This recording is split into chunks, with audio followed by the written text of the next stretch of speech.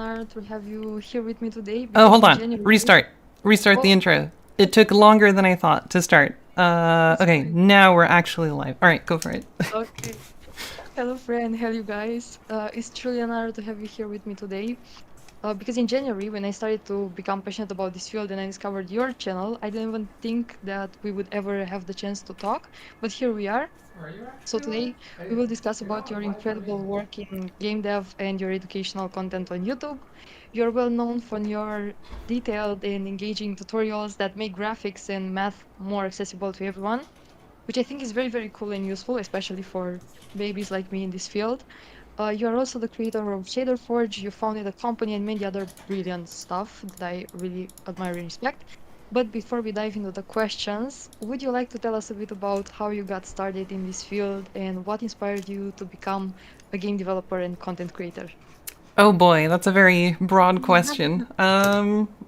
So why did I start making games? I think it was, I guess, like most people, you kind of grow up playing games and seeing games. Like, I guess for me, it was like the early PlayStation 1 games. I played a lot with my sister and my father, and it was just an interest growing up. And then, as you get older, you kind of realize that, like, oh, it's actually like people that make these things, and then you start learning about that, and then eventually, I kind of realized that this is really, really fun. Like, it's just incredibly enjoyable to just work on all of this stuff. As soon as I got into like what it means to make, I started out doing level design and then level art, 3D modeling, and then eventually coding as well. And once I got into all of those things, it was just, I don't know, it's just super cool that video games were kind of like the you kind of take every single art form and shove it into a single thing, and then there's just this entire landscape of possibilities and things you can do within that space, which I thought was super cool. So I think that was one of the things that was interesting to me, and what got me hooked because it was also very fun to work with that. Yeah, that's nice. So, in an interview, you mentioned making the transition from a real engine to Unity. Can you share what motivated this switch and how it impacted your development process? Sorry, switching from Unreal to Unity. Yes. Hold on. I'm just adjusting your audio volume a little bit. Can you talk? Just Okay. ask the One, two, same three. question again, and then. Okay. Uh, Yeah, sure. In an interview, you mentioned making the transition from Unreal Engine to Unity. mhm. Can you share what motivated this switch and how it impacted your development process? Um, yeah, I think. Yeah, at the time, what was I doing? I think that I was at Future Games, which is a game dev school in Stockholm, and they went through a bunch of different engines. Like the first, when I was studying, we had 3 game projects, and the let's see, hold on, what? Organizing my windows. So I think we our first game project out of the 3, we made a board game. So I guess we didn't use any engine. It was just kind of like, all right, we're gonna do some pure game design without any technology and just figure out, game design is something you can do without technology, right? And then we went from there to Unreal. So Unreal was the first engine we used there. And before then, I'd only ever used Game Maker. I think I tried RPG Maker, but I was just using Game Maker to make like simple like 2D tile based pixely games. And then but yeah, so it's mostly just like, our school was like, all right, we're gonna switch from Unreal to Unity now after, our Unreal project, and yeah, and that was it wasn't like any informed switch. It was just because that's what we were learning next. But then I think what got me hooked with Unity is that this was like, I don't know, when was it? Like 10 years ago? 12 years ago? How old am I? Oh my god. I think so. So at that time, the Unreal Engine was not as established as its own engine at that time. It was called UDK, and UDK was basically Unreal Engine 3, but slightly easier to use for something that's not an Unreal Engine game, or an Unreal game, rather. So at the time, it was kind of like when you started a project in UDK, you would like spawn with a character from Unreal Tournament with a first person control and audio and models and like all of that was there immediately, and you held a gun. And so that was like, okay, so if I want to make something in Unreal, I'm starting out with a like first person shooter, and then I have to like work my way backwards if I want to make something else. And it was just kind of a mess. It seemed really difficult to get any kind of like your own functionality in, except for the like level scripting stuff they had of like, it was called Kismet back then. It was just kind of clunky. And then when we switched to Unity, it was like, you know, when you start a new scene in Unity, you just have an empty scene and a camera, and it's just have at it, do whatever you want, basically. And so that kind of blank slate was really appealing to me because I wasn't too into making first-person shooters, and I wanted to make other things, and that was just hard in UDK. So in Unity, that was just much easier. And then also the Unity was just a lot more lightweight as well, so it was just easier to jump into and do stuff. Nice. Okay, interesting. And now, speaking of Unity and going into Shader Forge, how did the idea for it came about? For Shader Forge, I just Yeah. missed the material editor in Unreal. It's not really much deeper than that. It's just like Unreal had a material editor. I loved making materials in Unreal, and Unity didn't really have that at the time. There was a plugin called like Strumpy Shader Editor, which was not very visual. It was just kind of like nodes without any like visual previews, and I don't know. It was not very good. So I was kind of like forced to learn how to code shaders at that time, in order to do that in Unity. So like I mentioned, I've been doing a lot of environment art in Unreal, so just using the material editor was something I loved doing. But then coming to Unity, I had to learn how to do it by hand. In other words, like code shaders instead of like connecting nodes.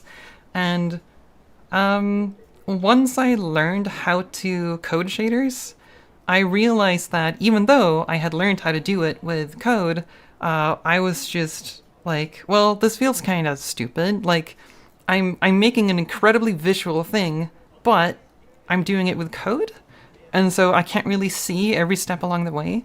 And so I just missed that a lot from the Unreal Engine. And so I was just like, okay, can I make my own tool like that in Unity? And so started looking into, you know, the looking into like editor scripting in Unity. So I was kind of like learning shader coding and editor scripting at the same time, for better or for worse. It was a little bit of a mess. I'm not particularly proud of the code base of Shader Forge, but I guess that's always the case with like older projects. But yeah, I just missed it from Unreal, and you know, once I reached a point where like, okay, now it's useful to a point where I'm using it a lot, then obviously then you can kind of see like, okay, this is something that's useful for other people as well. Unity had their own asset store, and I was like, all right, I might as well just try releasing it on the asset store and see how it goes. And it went really well, like surprisingly well. That basically funded the studio that I started afterwards, which was great. Yeah, that's very, very nice to hear. And one curiosity that I have is now let's talk about your early experiences. Could you share how you got into programming and if anyone or anything inspired you? Because I'm also very, very new, as I've told Hmm. you.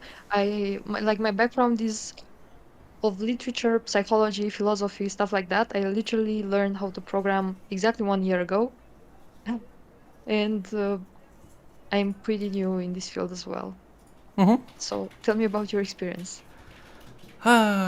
Learning programming. Um, Yeah. I think so. Most of my learning experience is generally just I am super interested in something. I get really, really attached to something and I really want to create something.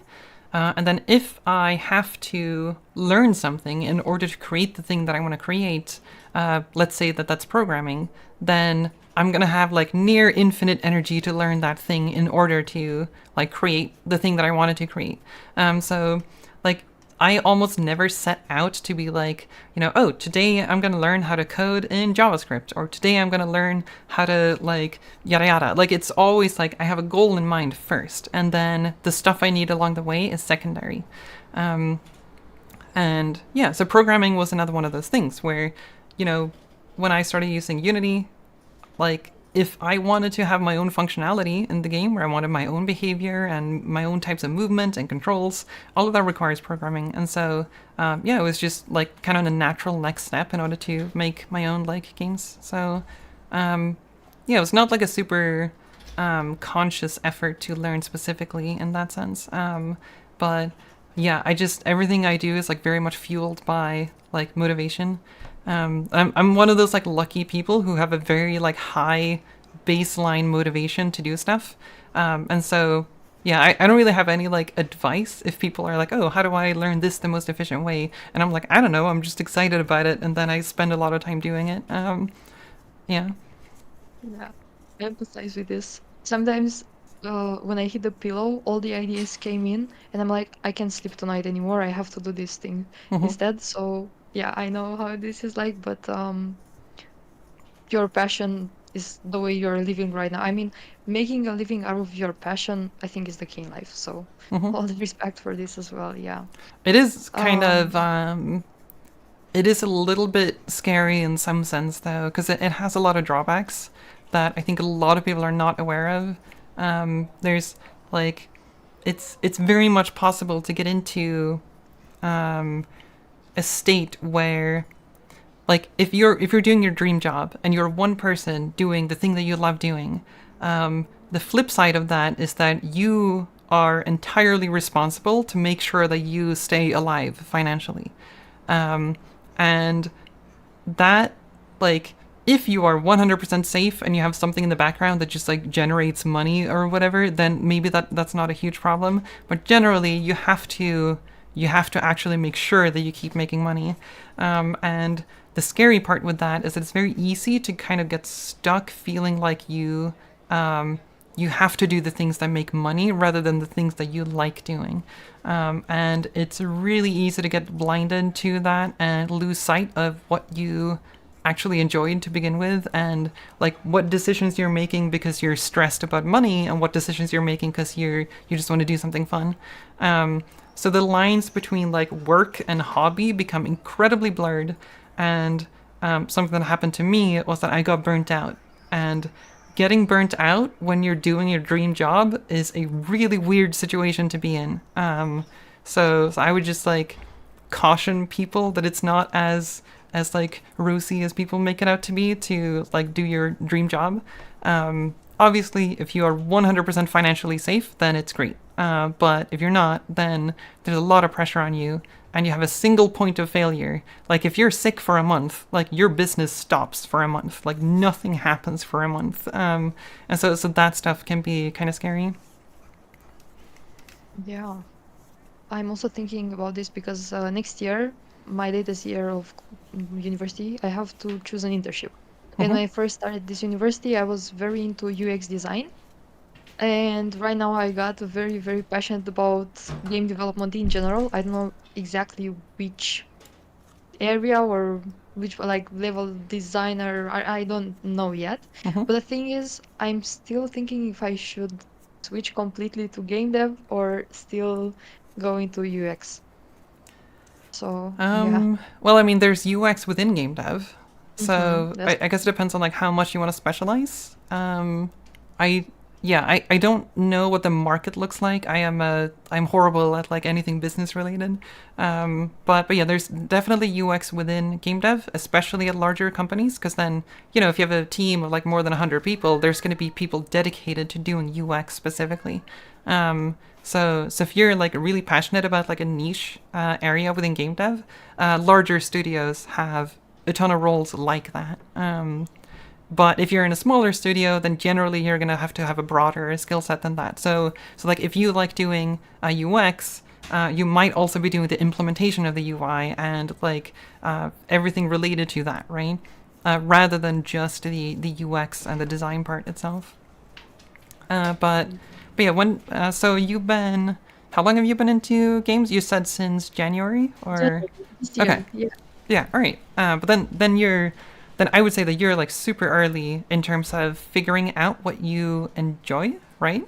And I think at this point, I'm just giving advice because that's what I did. But like, I Thank think you. at this point, what you should do is explore everything within game development, because there is so much to it. Like there are so many different things you can like dive into, enjoy, and do, and like all of that stuff. And so I would take a very like exploratory approach.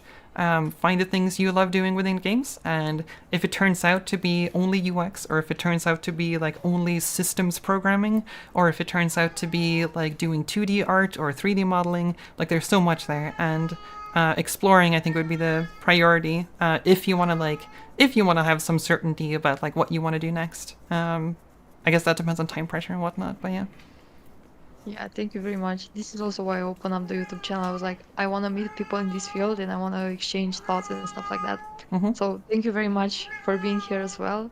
Hold So on, you've hold worked. on, hold on. Yeah, sure. Thor, come on, Thor. Okay, I'm gonna pick up Thor. Sure.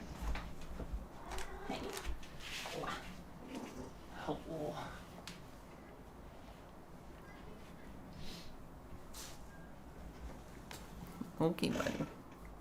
Okay. He does not want to be here. Okay, Thor.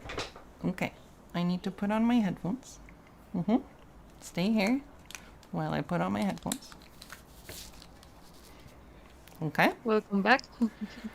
Yeah, so Thor So, does this every now and then. He's an old man and he runs around and yells.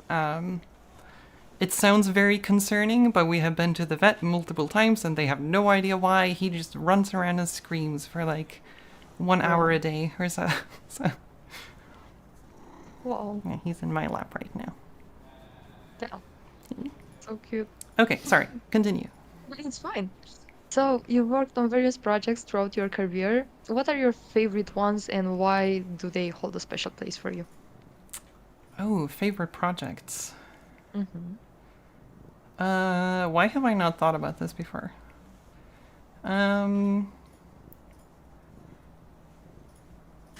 It's hard to like pick any specific one because I think there's, depending on how long you work on them, there's a like you kind of enjoy them to different amounts. I think anytime you're excited about something and you start out working on a project, that's the best like part. Like the first, I don't know, first half year of any project, and even just the first like few months of a project, it's like so enjoyable.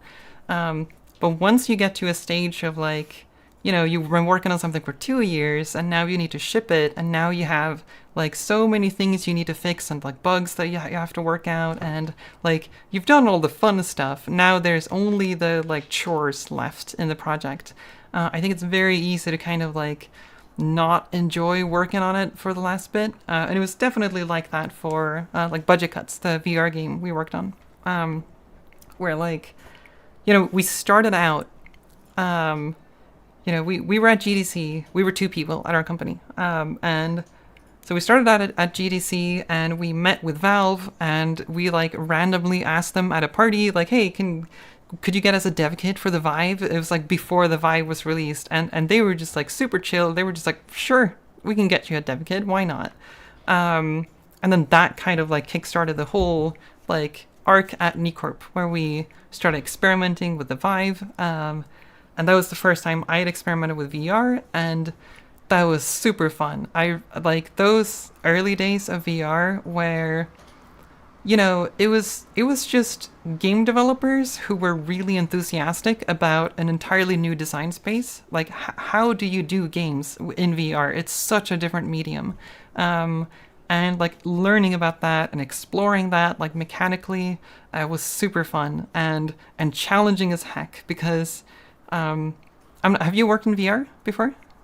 No, not yet. Okay, so one of the biggest issues with VR is that you can't move the camera in game, which puts a lot of restrictions on what types of games you can make, right?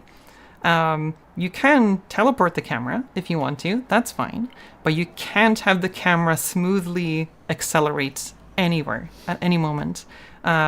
Or if you do, then whoever's playing your game is going to get sick. Or, well, some people don't, but most people get sick. They get motion sickness very quickly. And so if you're thinking about like, okay, so how do we design a first-person game in VR? Then, okay, so just movement is immediately just off the table. We can't use like a joystick to move your character, because then we need to move the camera in universe, right? And then you're gonna get motion sick. And then, okay, so how do we work around that? Then, okay, then maybe I guess we can just teleport, because teleportation is not, that doesn't involve any like acceleration, which is the thing that makes you motion sick. And so that works. That's fine. And yeah, so there's just a ton of challenges there. But the thing that is like one of the coolest things in VR, especially the type of VR that we made, where it's designed for you to stand in the center of a room and you're literally like crouching and like throwing things with your arms, and you're like, yeah, you're like moving your entire body. You're not just sitting in front of a computer. And it was the first time, like when we play tested the early versions of Budget Cuts, it was so cool to see how like immersed people got into the game. Like we had one part of the game where you were like crawling in this like ceiling space, and in order to get up there, you have to crouch because it's low, right? So you teleport up into the ceiling space, and every player that play tested, they like physically have to crouch. Like there's no crouch button, right? And then we had a hole in the floor, like just a ceiling tile that was removed. So when you're like walking around up in the ceiling space, there's a hole in the floor. And I swear to God, 9 out of 10 playtesters try to look down the hole in the floor. So they hit the headset in like on the physical real world floor, trying to look down the hole in the ground. And it's like, I've never seen that kind of immersion where they're so immersed that they forget that there's a literal floor under them, right? And like just as a game designer, like having your player be that into the world you're creating is amazing. Like that is so rare to get people that invested, right? That was super cool. And just everything that was, you know, we never had people so excited, and like, I don't know, it, like quite often when you show your game to someone, they're like, oh, seems cool, not really my type of thing, but it's all right, I guess. Like that's a very common response. But then with this game, it was like, holy shit, this was a whole other experience. And yeah, I don't know, it was just super cool. Obviously a lot of that is thanks to VR and not specifically thanks to our game, but yeah. But yeah, so my point was, sorry, I went a long tangent about Budget Cuts. My point was that the beginning of Budget Cuts, when we worked on that game, was super fun. It was experimental, and it was a lot of like talking between developers, and it was like creative and interesting.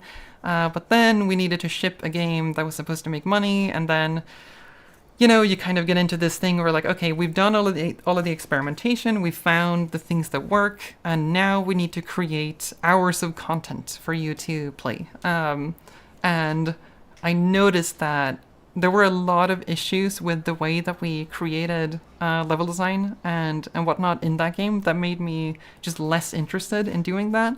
And so there was just a lot of less interesting work ahead.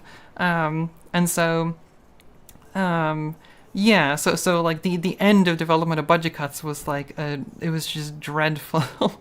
Like I guess it's very common that whoever's in production of a game, like once you release the game, you kind of hate the game. but like in the beginning, you're always like super excited about it. So yeah, I'm not sure which project I would say is the most enjoyable, but I really loved those early days of Budget Cuts. That was super cool. And now, can you give us any hints about future projects you're working on? Future projects? Oh god. If it's okay. Yeah, totally. Future projects. So I still have some unfinished projects. For some reason, I got pulled into obsessing over a thing called lerp smoothing in games. It's basically just a way to smooth motion. So if you have like an object, let's see, white background, that's better. So like if you have an object and you want to move it from point A to point B, right?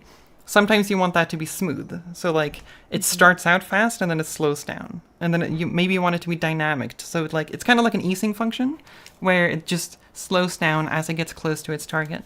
There's a trick in game dev called lerp smoothing where it's just a simple lerp function that you shove into an update loop, and then you kind of get that behavior, and it's very easy to remember and implement and all of that.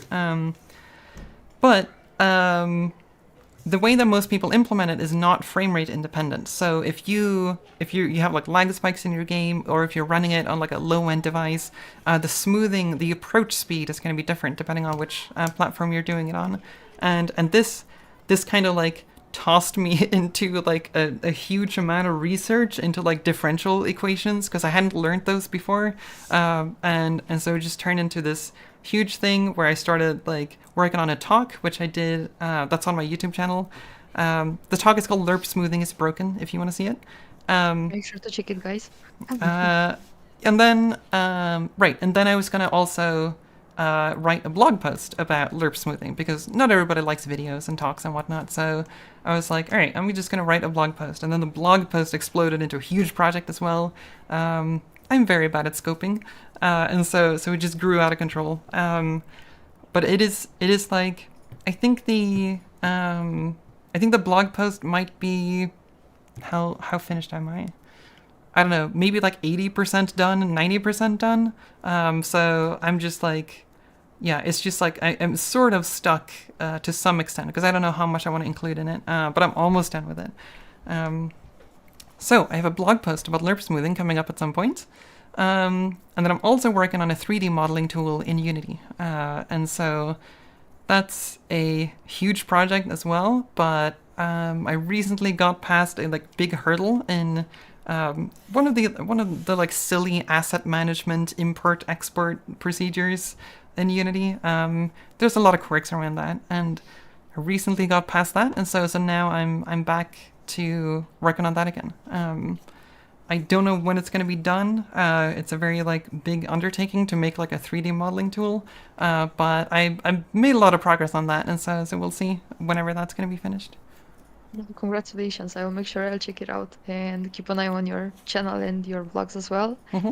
So, another curiosity that I have is that if you have any particular people or content creators who inspire and motivate you on your professional journey.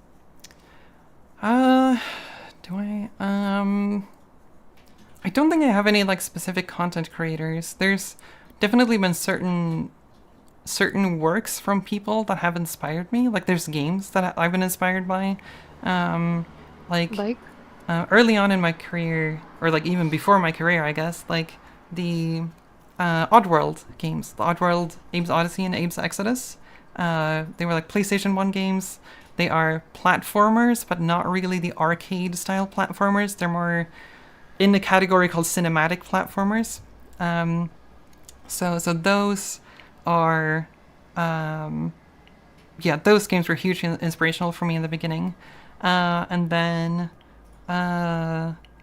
like, there were a few, like, I know that, I don't know how to pronounce his last name, but Alex Vlachos, at Valve, released a really neat paper. It's like a tech art paper about, like, it was about encoding roughness values into the MIP levels of your normal map, which I think is a really cool idea. And like, it was also about like anisotropic specularity stuff and like filtering specular reflections specifically for VR.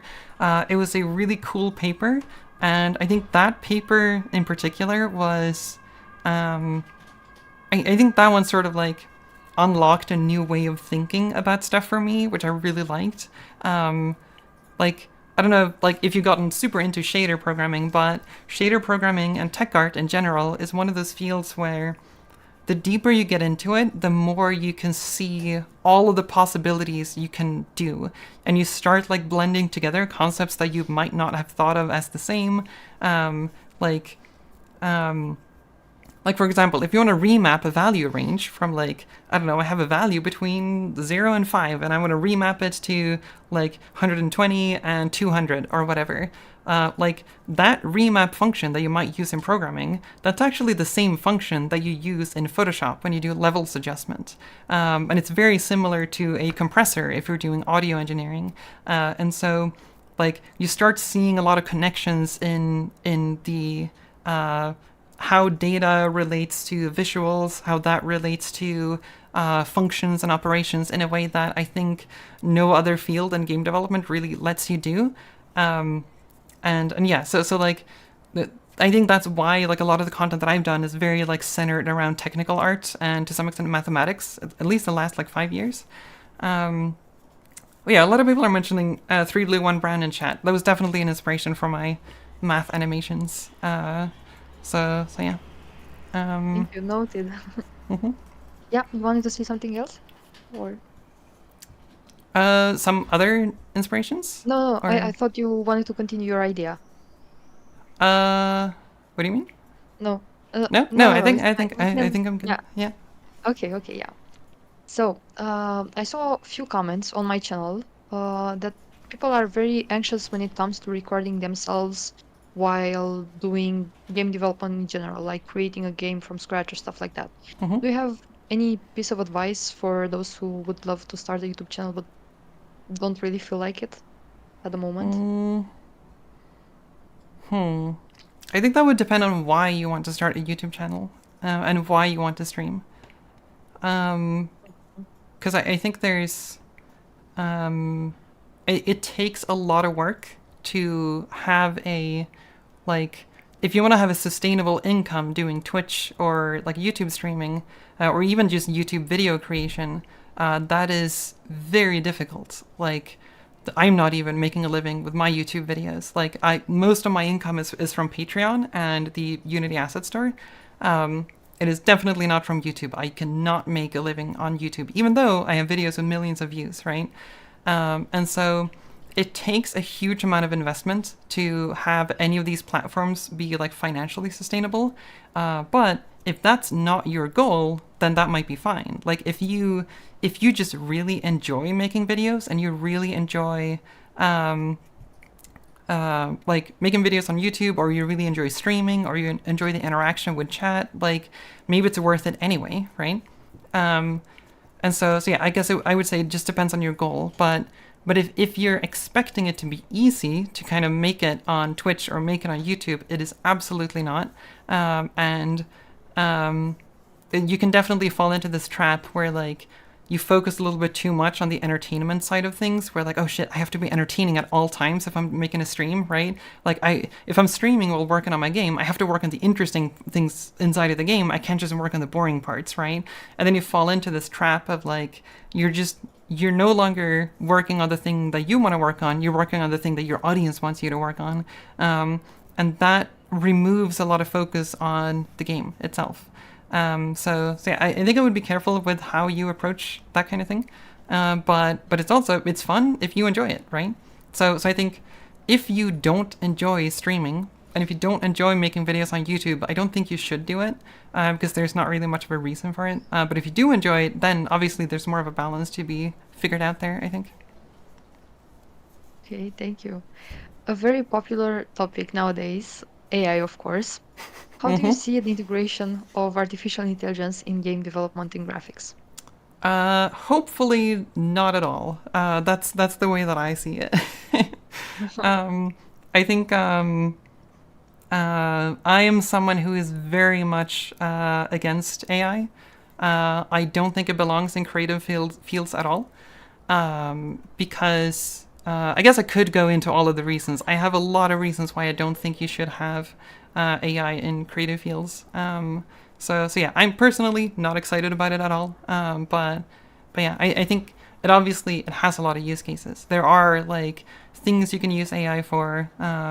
So yeah, in my view, unfortunately, it's definitely coming. But yeah, I'm not excited about it at all. It's okay if you are. I'm just not. I wouldn't say I'm excited about it, but it really helped me making my way out this year with university, especially in this field, because it helped Mhm. me a lot. Like every error that I had or question that I wasn't able to find online, for example, ChatGPT was there and he got my back. So yeah, unfortunately, I see your point, but Yeah, I think yeah. there's a like ChatGPT as a substitute for a like search engine. I think is the strongest like use case that I'm like more okay with. Like I've also used ChatGPT when like I don't know, the other day I had like my food was going sour after I'd stored it in the fridge for a while, and I was like, okay, so how long is it okay to store stuff in the fridge before it's okay that it's a little bit sour, or if it's like bad or whatever? And just a simple search query for like leftovers sour or whatever, like a search for something like that, and all I get is like Google results on like how to make your food less sour, or like some other like search engine optimized like garbage websites, right? And so I think that the value with ChatGPT is that it can understand your purpose of your like search query in a way that like search engines can't, because search engines are like mostly keyword based. But like beyond that, I like, yeah, it could be a search engine enhancer, and I think it's useful for that purpose. But I worry about the way that AI is going to make its way into creativity, because I legitimately value art if it's human made, and if it's not human made, I don't care about it at all. It can look exactly the same, it can be the same output, but if a human made it, I care about it, because now there's intent and purpose behind it. But as soon as it's just generated by an AI, it's like it's created by nobody, and it's just empty for me. It's just hollow, and there's no reason for me to be invested in a piece of art if nobody made it, right? And so for me, like, ChatGPT as a search engine where you want to look something up real quick, where it can have some semantic understanding, is like super useful. Like, it's honestly useful. But within creativity, I just think that AI will almost certainly only be used to replace humans effectively, make more vapid games faster, like an obsession with like productivity over creativity. And I don't see like companies wielding this power in ethical ways or using it in creative ways. There's definitely some like there's definitely some silver lining where it's possible to use it in creative ways, but that silver lining is so thin that all the negative stuff like overwhelms it entirely. And that's not even getting into all of the stuff around like misinformation and disinformation that AI is enabling already, right? And so for me, like, on balance, it's just not worth it. Like, we don't need it. It's just not necessary, and it's only making things like more hollow and vapid to me. And so, yeah, that's how I feel about it. So Yeah, I don't know. I'm not excited about it. I see. Yeah, I'm also a bit scared about it, even because I said I was passionate about, and I still am passionate about psychology. It terrifies me a bit. But yeah, we will see. I hope the people will be able to manage all this power, because it's a powerful tool that we don't really have all the, I don't know, the IQ to control or whatever. Yeah. And the Mhm. last question for today, do you have any advice for those who feel they are facing creative blocks or a lack of motivation? Uh, ooh, um, hmm. I guess it depends on what the reason is for the creative block. I haven't like looked into that too much. Um, yeah, I'm not entirely sure. I think certain things that have helped me kind of get out of a creative block like that. Like if I'm working on a game or a tool and I don't really know what to do next. I don't feel like super excited about it, and I don't know where to go, and like I don't know, feeling a little bit lost, kind of like that type of art block. I think for at least for games and for coding projects, having someone try it out, I think, kind of gives you a like rejuvenated perspective on it. Like if you have someone play your game or use your tool, you can sometimes like see them get excited about the thing that you're not excited about anymore, and then you're like, oh yeah, this is a pretty cool thing that I'm working on, and I actually do want to fix this one thing that they struggled with when they started using it. And like I think just having like a perspective, like an outside perspective from someone else, just to get out of your own head, I think that can be really useful. um, Although I don't know, like I wouldn't use that strategy for, like if you're doing illustration, like the that kind of art block, that's not as good of a strategy, I think, because I think drawing is a lot more difficult to have something tangible along the way. It generally looks kind of ugly all the way up until you have at least a finished sketch, right? So I don't know, like that part is much harder. But for game projects and tools and that kind of stuff, like just showing it to someone else is really useful. But then, like outside of that, there's general advice that's just useful for burnout in general, because it could be that you're not just art blocked, you could be on your way to burning out as well. And so when it comes to that stuff, number one important thing is you have to sleep. You have to sleep like 7 hours at least. You have to. Like there's no way around it. Like no other thing that you're gonna try to fix any sleep issues you have, it's not gonna work. Like you have to fix sleep first. So if you haven't fixed your sleep, if you're like running on 4 hours of sleep every night, that is bad for you. It is legitimately harmful. And as someone who's been burnt out, I wish someone like bonked this into my head that it's actually important to sleep. Like if you're feeling well rested the day after, that doesn't mean you got good sleep. It's just down to the hours. You need to make sure you get the hours in. So, and this is not just coming from me. I went to rehab for burnout. That's what they said as well. That's what's like been researched when it comes to burnout. So, number one is fix your sleep.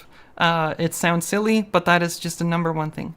And then another advice I would give is to get a change of environment and a change of perspective.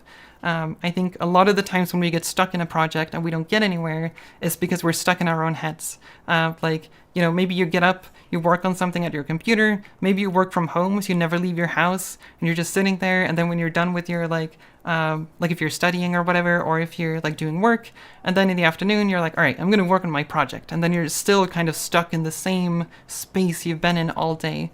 And for me, and for a lot of people, just, like, going for a walk makes a huge amount of difference if it's just, like, if you feel stuck in certain thought loops. It doesn't fix everything, but I just noticed that it helps a lot when it comes to depression for me. So I would try that.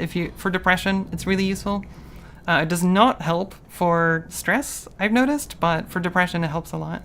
And then the number two thing on the most important things to fix your burnout and all of that stuff is physical activity.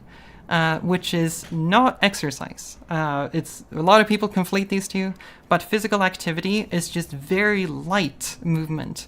Like exercise, you usually have to push yourself to some extent, but for physical activity, like literally just going for a walk every day, like it could be 5 minutes. It doesn't have to be long at all. It could be 2 minutes. It could be 1 minute. Like anything is better than nothing. And wherever that bar is, if you try to get like a little bit of it rather than nothing, that's going to make a huge difference when it comes to burnout. So those two are the most important things, I would say. But it could also be that maybe it's not really burnout. Maybe you're just bored of a project and you want to like get excited again. So in that case, I think my strategy is usually to have multiple projects at once. When I'm bored of a project, I just go to one of my other projects. And so I usually have like 3 or 4 projects running in parallel. And if you're making a game, then you can like, well, maybe not everybody, but if you're an indie developer where you're kind of like wearing many hats at once, then for me, when I'm like bored or stuck and like don't know how to get like past this like programming problem, then just switching to a different field, like, okay, I'm just going to do 3D modeling today. I'm not going to do any programming for this project anymore because I'm stuck with this annoying problem. So just do some 3D modeling or some like design work or whatever. So just kind of switching your digital environment and not just your like IRL environment is also useful. Yeah, that's what I would say. Yeah, thank you very much for your time and your sincere, inspirational answers. It's literally fascinating to hear about your journey and how you managed to positively impact the lives of those who follow you. Thank you once again. Take care and have fun while doing this live stream. Yeah, no, and thanks for having me on and reaching out. Thank you very much. Take care. Bye. Bye. Bye. And that's where you cut the VOD for the video. Oh, I was gonna say you're still live on my stream, but she left the call. Okay. I think. Yeah. We're good. All right. I'm gonna do a short Q&A, I believe, depending on what time it is, because we might not have that much time. Let's see.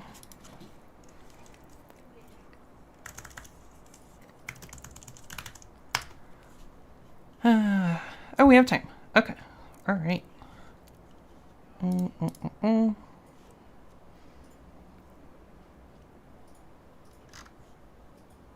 Oh no, I forgot to read her chat entirely. Okay.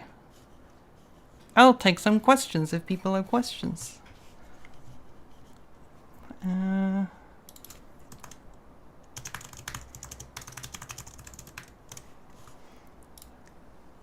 Wait, can I? How do I link my stream?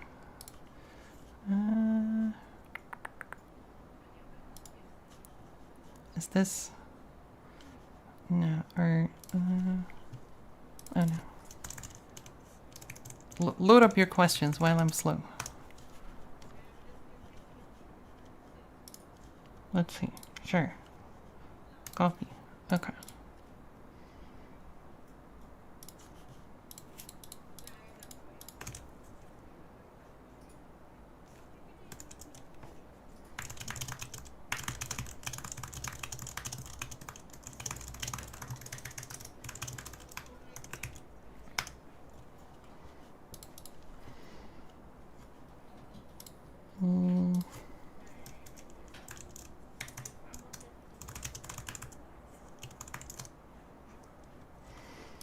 Okay. Let's see. Questions.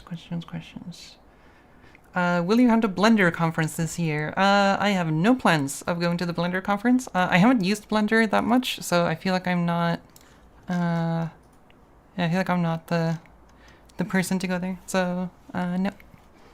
Do you still take on students? So I haven't done teaching for quite a while now. Usually I do. Usually I do like a short like tech art course or shader course and a math course at Future Games, which is a school here in Stockholm. So I don't really like take on students myself. I've considered doing that though, like having a I don't know, having a thing on my website where people can just schedule like time with me if they want to learn about something that I'm hopefully knowledgeable about. But I haven't set anything up like that yet. I do sometimes do freelance work and that kind of thing, but generally I've mostly been focusing on my own projects right now. And also because there's been a lot of like stuff in my personal life, I've been kind of not streaming at all for a long time. And so yeah, ever since like, yeah, this year I barely streamed at all. Again, because there's been a lot of personal stuff. Can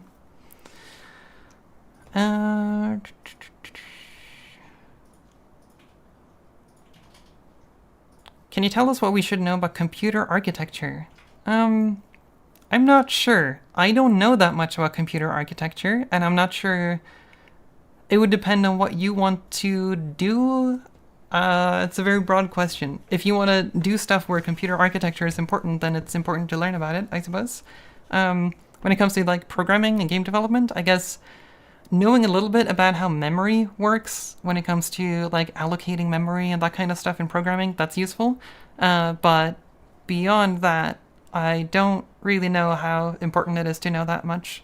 Well, I guess it's useful to know like a little bit about how the GPU like interacts with the CPU and memory, but like I know very little about that stuff, and I've gotten by pretty well so far. So, yeah. Okay, there's a lot of questions. Is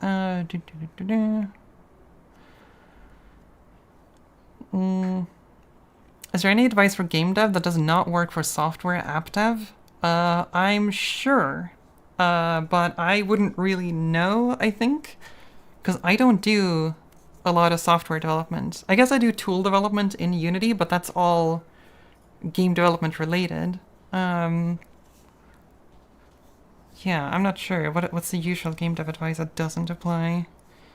I'm not sure. That's a difficult question. I guess in my case, there's a lot of stuff that I think game development has a tendency to have a very unstructured way of doing programming. I think, from what I've gathered, if you're doing programming for like you're working at a bank or something, it's going to be very structured and rigid compared to game development, where there's a ton of like guidelines and rules and ways that you should write code and that kind of stuff.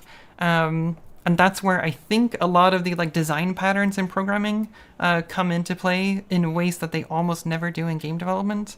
So I think that part is probably more unique to software dev, I think. And especially for like large teams. What's your advice to learn math for games? You should go to my YouTube channel because I have a video series on learning math for game development, and it's right there, and you can watch it. If you go to the live tab, you get the latest math course, and if you're on the video tab, you get a slightly older math course, but it's more like tightly edited. So yeah, just pick whichever one you want to go for. Have you thought about streaming more? Not of late. I've noticed that I sometimes feel stressed, or I quite often feel stressed when I'm streaming. I feel like a pressure to entertain, and because of burnout, I have to be really careful about managing stress, and so I've kind of just decided that like if I'm not super excited to stream, I'm just not going to stream at all. I'm not going to push myself to do that because it can be harmful when you've been through burnout. But I mean, I enjoy streaming. I like having this interaction, like answering questions and whatnot. I think that's fun. It's just that there's too many. It adds too many stressors for me right now, so I've just like not been prioritizing it at all for this year in particular.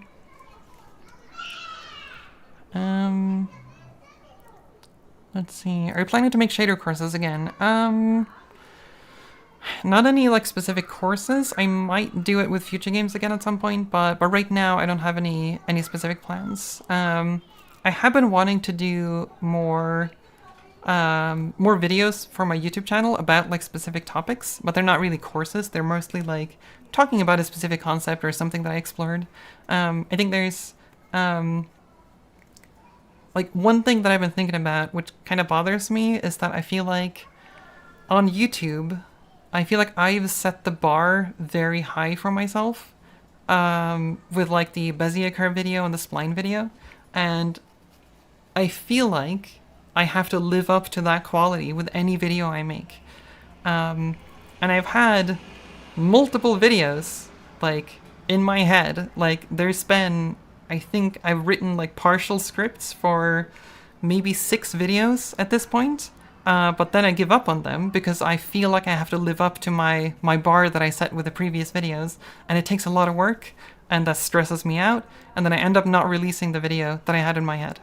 And that kind of sucks. Like, I don't think it should work that way. I think the pressure that I put on myself, I don't even think it's external. I don't even think all of you guys care that much about my videos being like ultra polished. I think this is entirely internal. This is just coming from me. Like, I don't know, like I feel like a failure if I don't live up to the quality bar that I set before. Like, oh shit, I'm declining, like I'm getting old, I don't know how to make videos anymore. Like, and that just spirals in my head, and so then I'm like, well, it's better to just not release anything at all. And that's annoying, and I think that's unhealthy, and I should try and get over that. And so there have been a lot of things that I'm like excited to talk about and share, like in video form, that I just haven't for that reason. And so I think I want to try to release some more like lower effort videos just to get myself used to doing that. They're still going to be like on interesting topics, of course, because that's what I want to talk about. But I think I'm not going to make it like a like back-to-back animation with transitions between every scene and everything. And it's probably better to make something that's like, I don't know, I have like specific animations for specific sections, but then like, I don't know, it could just be like me talking for the like 60% of the video, and then 40% is math animations or whatever, right? And so I think I might try some of that going forward, apart from all of the other projects that I'm working on, because I don't just do YouTube. I have most of my work is not on YouTube, so yeah. Let's see, where was I? Would they make videos about the concepts of math, like math for game development? Oh, short videos on that. I have considered that, yeah. That's one of the, like, I don't think I'm gonna make shorts. I don't like that style of video. I don't know, it just feels icky to me. I don't like the kind of like TikTok autoplay short video thing. It feels like a space that enables a lot of dark patterns in UX, and I don't enjoy it. So I think if I make any like shorter videos, I think it's still going to be like regular videos. It's just that they're going to be a little bit shorter, and more properly edited, but not like back-to-back animations.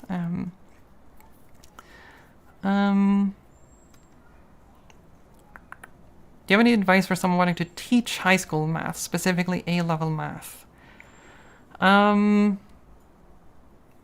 Teaching, well, high school is tricky. Like, I think part of what makes teaching math, like, quote-unquote, easy for me is that my target audience is game developers, and I can always ground my examples in, or ground the math in, like, examples from real-world projects in game development.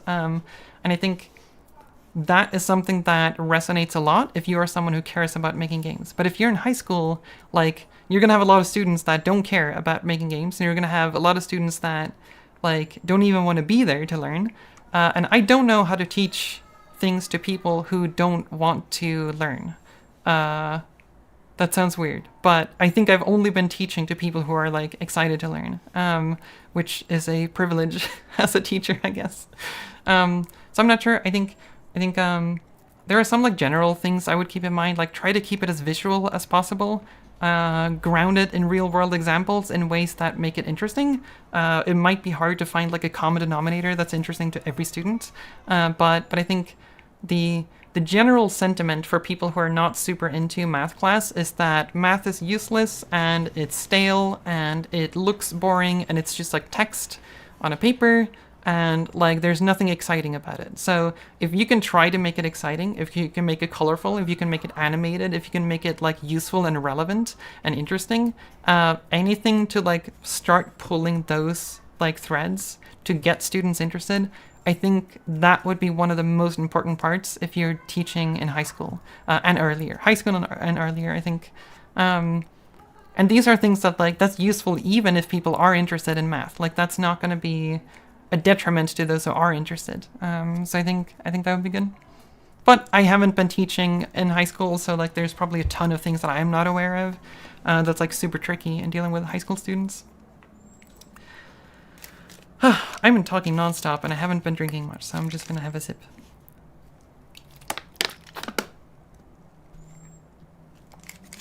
I have this, like, this is supposed to be a disposable water bottle for like some sports drink mango, but this just became my standard bottle for like juice, and so I feel like I should probably remove this label. It looks kind of jank. It's not very professional. I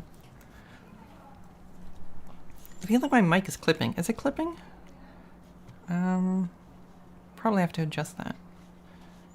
It's loud at the very least, or maybe I'm just talking loud. I think I'm talking loud. Am I talking loudly? Okay. It's a medium shrug. Okay.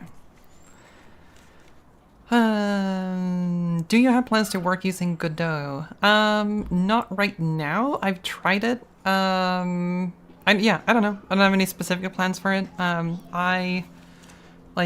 very proficient in Unity, so anytime I go away from Unity, my like productivity drops, and it just takes a long time to get things done. And that kind of bothers me, and I don't really enjoy that. And I think, yeah, I mean, obviously with the cataclysm of Unity, like I started looking into alternate tools. I don't know. I might at some point. If Unity collapses entirely or whatever, then obviously I have to. But like, unfortunately, Unity is still a really good game engine. And like maybe if you're a student or you're a hobbyist in general, it's kind of easy to switch engines. But if you're like a game developer and you're in production, or you're a tool developer like me, and you have your entire production pipeline in Unity, like I don't know, that like there's a reason Unity is popular, and that reason is because it's incredibly powerful and it's really, really useful to make games. And as much as I hate a lot of aspects of Unity, the company, the engine is still good. It has problems, just like every single engine, including Godot, including Unreal, including like Bevy or whatever you're using. There's always problems, and I think for me, I'm just like, I'm kind of tired trying to like focus on using the most moral engine at this point. This might just be an age thing. I don't know, because I'm just like I'm like I enjoy using Unity and I want to enjoy living life, and I don't want to torture myself like having to learn new things all the time because Unity made a fuck up in their marketing like this month or whatever. Like I don't have the energy to do that. I don't want to focus on that. I want to focus on making projects that inspire me, that is fun for me, that is like I don't know, things I enjoy, and I think I should focus more on that. And so as much as I would love to like, if I could just like take my entire history and just like be as proficient in Godot instead, that would be great if I could just do that. But yeah, I don't know, I can't do that. That's not a thing that's possible. So for now I'm using Unity. Yeah, I'm just gonna stick around as long as it lives. And if Unity disappears, then I will have to do something else. But right now, I'm sticking to Unity. Do the change of environment in the workspace only applies to changing your working location? It's not just changing your working location. I think like when it comes to change of environment, when you're like mentally in a loop, I think it's just any kind of change, really. Like it's such a trope to just like, oh, if you're feeling bad, just go for a walk, or maybe you can travel somewhere or whatever. Like it actually does work for certain types of issues that you might have, and being stuck in a like depressive loop in your head, it's really effective for that.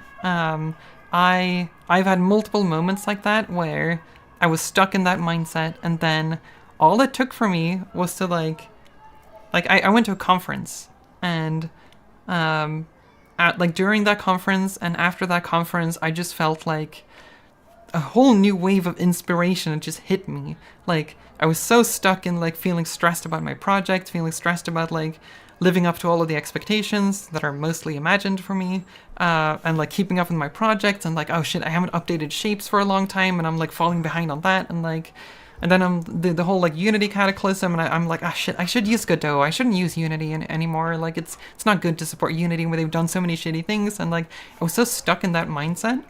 And then when I went to the conference in Spain, Guadalindy, and I did my LERP smoothing talk, when I went there, there was no sign of people who gave a shit about which engine you used. Like, nobody cares. Everybody was just like, here are our awesome projects, like, check out our games, we're working on this thing, isn't this cool? And I'm like, yeah, that is cool. That is nice. This group of people, you are all focusing on the things that matter. In other words, the creative arts that we are all, like, engaged in. And, like, that was so inspirational to just, like, get out of my, like, mindset of, like, feeling stressed about stuff that I don't have to stress about, I think. Yeah, so that was, like, super, super useful. To answer your question, like change of environment, is it useful in general? It is useful in general. Again, doesn't work for everybody, doesn't work for every problem, but for me, it works really well for depression. Like any depressive mindset is great. But again, it doesn't work for everybody because, like, I don't know, for some people, a change of environment can be stressful. Like if you have anxiety, then change of environment can actually be stressful and make things worse. And so you have to like try to just like measure your own mood, like before and after. You can even like write it down. Like try to get like quantitative data on how you're feeling before, how you're feeling after. It can be a simple like 0 to 10 scale or whatever, or you can measure certain aspects of like how stressed am I feeling, how relaxed am I feeling, how like anxious am I feeling, how depressed am I feeling. Like you can just measure after doing certain actions, which I've done before, which is useful because sometimes you forget like what effects things have if you don't actually write them down. And so that is the advice I would give there. Do more math videos. I want to. I have ideas, and I want to do it. But I need to make sure that I'm not stressing myself out. And so right now I'm trying not to push myself, but I do want to. What's your preferred tool for 3D modeling? So preferred Maya when it comes to the workflow. I mostly because I'm used to it and it was nice. Well, not super nice. It crashed quite a lot, but I liked it. I liked Maya. And I tried using Blender for a while and it was fine. But Blender's UV tools are absolutely horrible. I don't understand how it could come to that. And so I couldn't stand Blender after a while. I just got frustrated, and then I started working on my own 3D modeling tool because I was so frustrated with Blender, and because I don't want to give Autodesk money. And so, yeah, so I've been working on my own 3D modeling tool in Unity. And so I could actually show you some of that tool if you're interested. I'll just try to go through some of the questions first. Let's see. I am very slow in catching up with all the questions, I'm sorry. I'll try to give shorter answers. Are you interested in procedural animation? I tried it and it was pretty heavy on the quaternion math side. That's kind of weird. I feel like in procedural animation, like, you generally don't need that much quaternion math. Like, if anything, you can write a quaternion library, but then once you've written that, you can just treat it as a black box just to apply to whatever you want. Game dev feels more mishy-mashy. Other stuff tends to be much more modular. Yeah, I've gotten that impression too. Design patterns aren't used as much in game dev. I don't think so. I've gotten that impression that game dev, there's a few things in game dev that is definitely like things you would call patterns that are useful. Like in game development, you use singletons quite a lot. And there's a lot of like data-oriented design that's really important if you want to do like high performance stuff, especially if you're doing like GPU stuff or like parallel processing. Like that's when you're gonna see the most design patterns, or like the ECS design. But I don't think there's that many design patterns in game dev. Generally, I guess there's Unity's component system is probably counts as a design pattern, I suppose. But no, in my experience, design patterns are pretty sparse, and it's mostly I say that, but my experience is mostly in small teams. I'm sure it's different in bigger teams. If you're like working at a AAA studio, I'm sure it's going to be much more restrictive and much more rigid than it is in smaller teams. But in smaller teams, like, nobody really cares that much. Just if the code you write gets the thing done and it's performant enough, you're good to go. Then you can move on to the next thing. And I think part of that is also because game dev tends to be kind of iterative. Like, you don't really design everything up front and then you just make it. In game dev, you tend to have to change quite a lot. And so I think in game dev, at least for me, I tend to prioritize readability quite a lot. That it's like easy to understand the code that I'm writing. So if I come back to it later, I can just understand what I wrote like a year ago or something. Readability is important to me. I have a tendency to refactor pretty aggressively. And so if I notice that I had a design for my code that was just bad, then I just refactor. But that's something that's easy if you're a solo dev. It's harder if you work in a team. So again, that's just advice for solo dev, I guess, for the most part.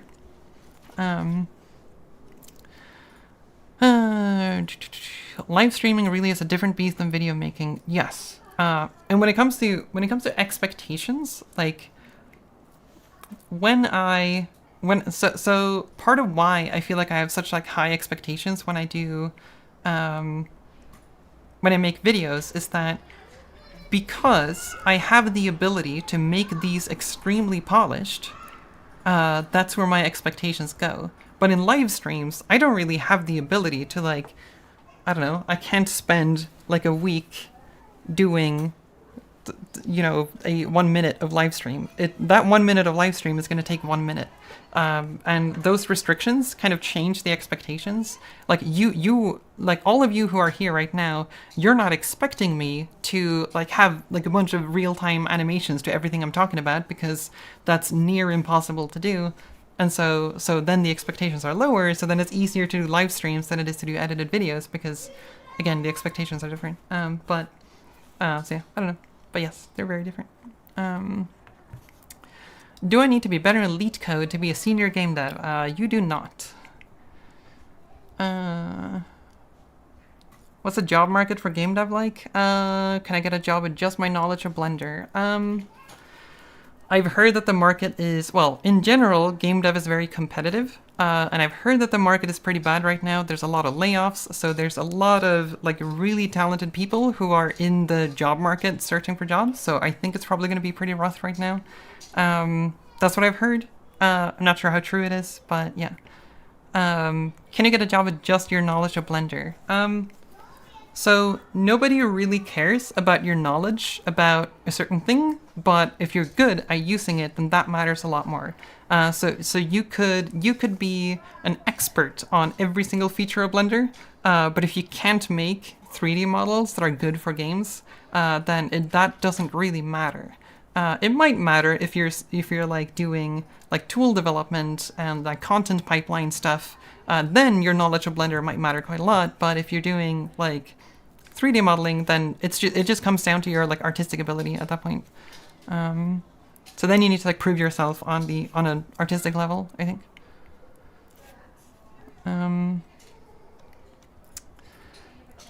Just came out of a 3-week burnout. It's not fun. I absolutely hated opening Unity, so I watched a 6-season show instead. Only just started up again yesterday. Oh yeah, that was something that actually worked for me too. I usually don't enjoy watching movies or TV series, but like during some of my like worst parts of my burnout, just watching something like a movie actually helps quite a lot. And specifically movies. YouTube videos didn't work for me. Like it can't be like informative or something like that. It has to be like an entertainment thing. That helped me quite a lot. I think it's possibly because like it's again like the idea of like a change of environment or like taking you to a different world. I think movies have a tendency to want to do that, right? And so I think that's partially why that works.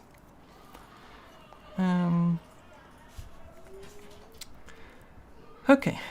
I find your channels through those videos, and I would watch stuff of less professional quality from you. Yeah, I think a lot of people would. I think like a lot of the like all of these expectations they're all in my head. It's just me putting pressure on myself, and then I just like stop making things because I worry that I need to live up to my own expectations. But my expectations are just too high. Like there's no like why. I think it's like an insecurity thing. I think if I make something that's not living up to the bar that I set, then I think I get insecure about it, because then as soon as people point out that like, oh, you should have had an animation for this in the YouTube comments, then I'm like, I know, like I know I should have had an animation for that. Why didn't I make an animation for that? I thought about it while making the video. Why didn't I make an animation for that? I have to animate everything. Everything has to be perfect. It has to be great. Like that's where my mind goes.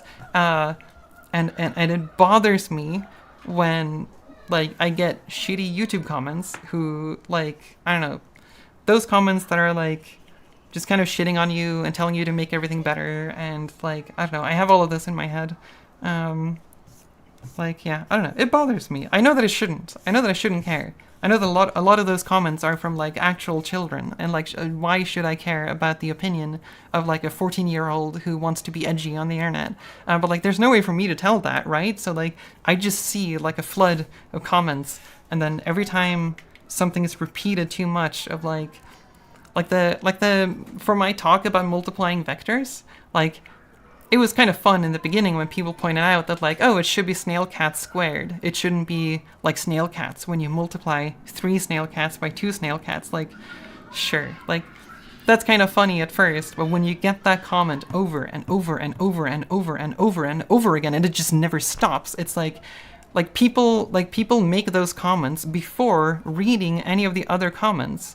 Like, it's the same thing on Twitter. People reply without reading the rest of your thread or reading the other replies. People just like throw stuff at you, and you just have to take it, and like it just bothers me after a while. Like, it really gets to me, and I don't know. It's annoying. I don't like that. So I don't know. Maybe it's just like I just shouldn't read comments. But I wanna be aware of what my audience thinks of me without getting like trapped in like negativity bias and like getting stuck in like thinking about a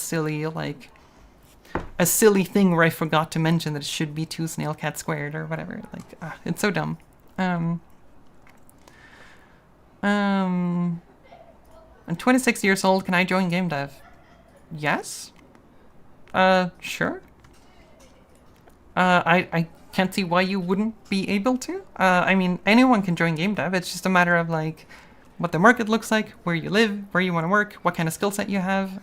Yeah. So like, age doesn't matter when it comes to something like this. How do you make your animations? Any specific tool? I use Unity. I have created my custom animation tool in Unity and a vector graphics tool that I've also released as a plugin called Shapes. So all of that's made in Unity. Yep. I want to learn making shaders. So I start with Shader Graph or AMP. AMP. What's AMP? Animated music video. What? Animated music video. What's AMP? Oh, Yeah. I feel stupid. I'm not sure what AMP is. Is that Amplify? I usually hear people call it ASE for Amplify Shader Editor. Anyway, if you want to learn making shaders, I think node-based or in code, either is fine. Honestly, pick the one that you like the most. I think Unity, for the most part, is going to move in the direction of node-based shader coding almost exclusively, it seems like. And so writing shaders by hand is probably going to get more and more outdated. So if you're using Unity, then just use node-based editors. There's not really any particular reason to do it in like shader code, unless you specifically want to do like compute shaders and like GPU processing. But if you want to learn shaders for games, like visual surface shaders on objects in the world, then just use a node-based editor. Like the concepts are pretty much the same. It's just a different interface. Yeah.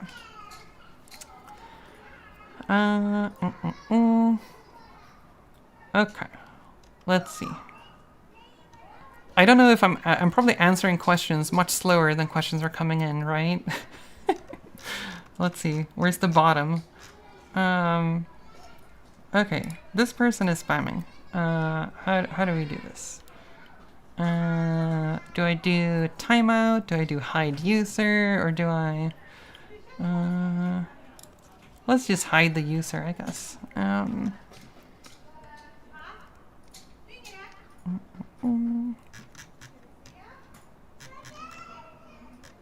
Okay, let me just scroll back.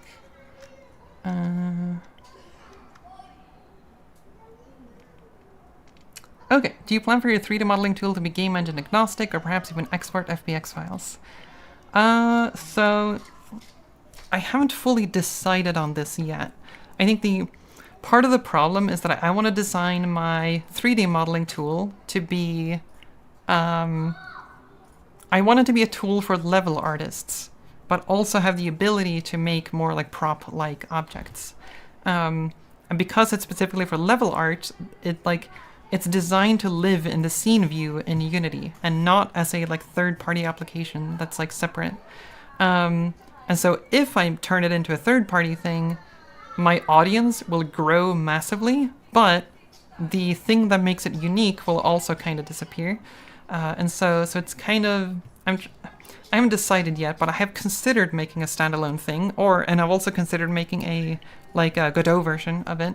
But again, I'm a little scared of like taking on too much work. So I think for now it's just going to be a scene view tool in Unity, and maybe I'll look into making like a standalone thing at some point. But yeah, and even if it's Unity specific, I will be having like export abilities. FBX, I'm not sure. Definitely easier formats like OBJ, because I don't know what the FBX format looks like, but yeah, like OBJ export is very simple to add, so I'm gonna do that definitely. So if you want to, you could like use Unity just to use my tool to make models if you want to. So it's like almost standalone. Yeah.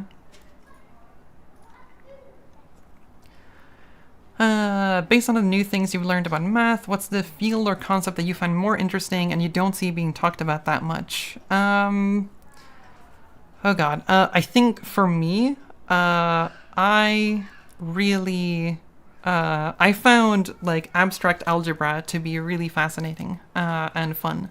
And obviously that's why I did a talk about my talk about multiplying vectors is secretly about geometric algebra. But that was really cool. Like it's an interesting field because it looks so foreign and strange and like alien, but it has so many like use cases in the real world. Not that many in game development, but within math in general, it's really, really cool how it like unifies a bunch of different concepts. Which again, my talk about why can't you multiply vectors? That's what that is about, and that's a talk I did because I got like really into abstract algebra.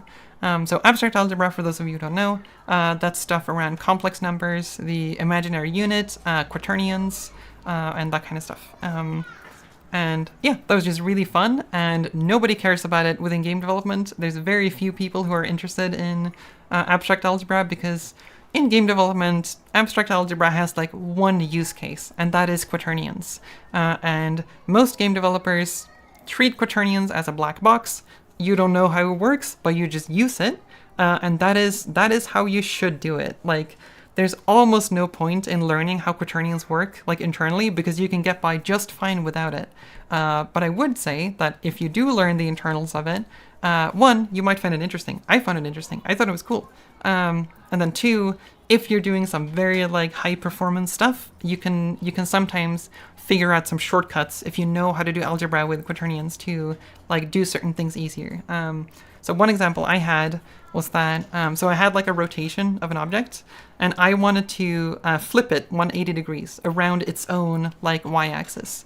And flipping it like this, if this orientation is represented using quaternions, that's literally just swizzling. Like, you shuffle the components, you don't have to do any math. Like, 180 degree rotation around any axis with quaternions is basically free. Like, you don't have to do a full like quaternion multiplication, you don't have to do any Euler angle shenanigans. Like 180 degree rotations are just free. And that was something I learned because like I learned how quaternions work, and from that knowledge I was able to like work out the math to figure that out, and I was like, oh, that's cool. Now I had like one more use case for learning quaternions. Yeah. Did you ever have an interaction with Jonathan Blow? Yes, Jonathan Blow and I had an interaction on Twitter maybe like 4 years ago, I think.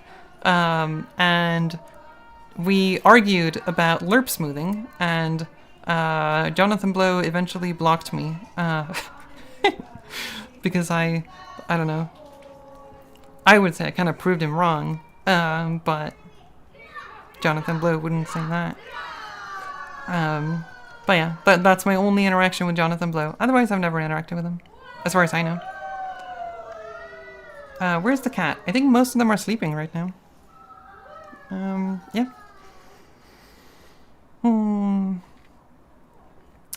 What do you think about use of Unity in Indie Studio? It's great. It's a good indie game engine. Why are there less opening for jobs in Unity? No idea.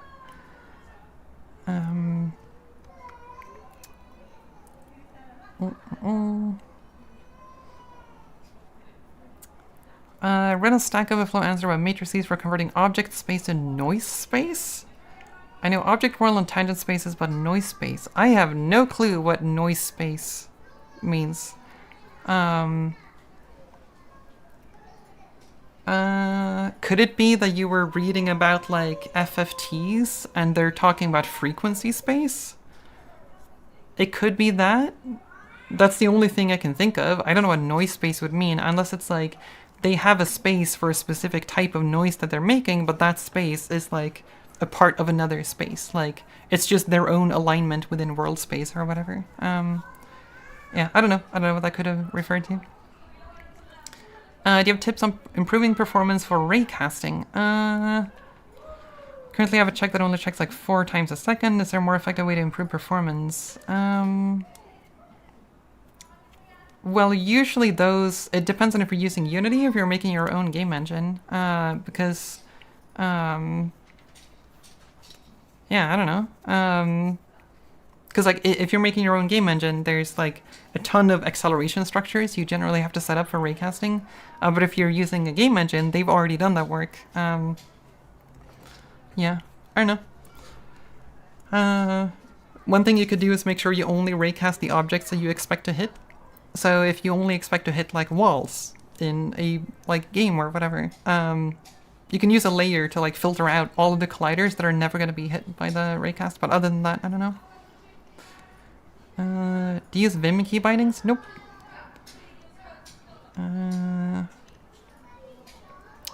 Okay. Oh jeez, I'm so far behind on this chat. Okay. I'm sorry for being so far behind. I'm trying to catch up. Someone coming from a web dev background, what art topic should I start with as a beginner?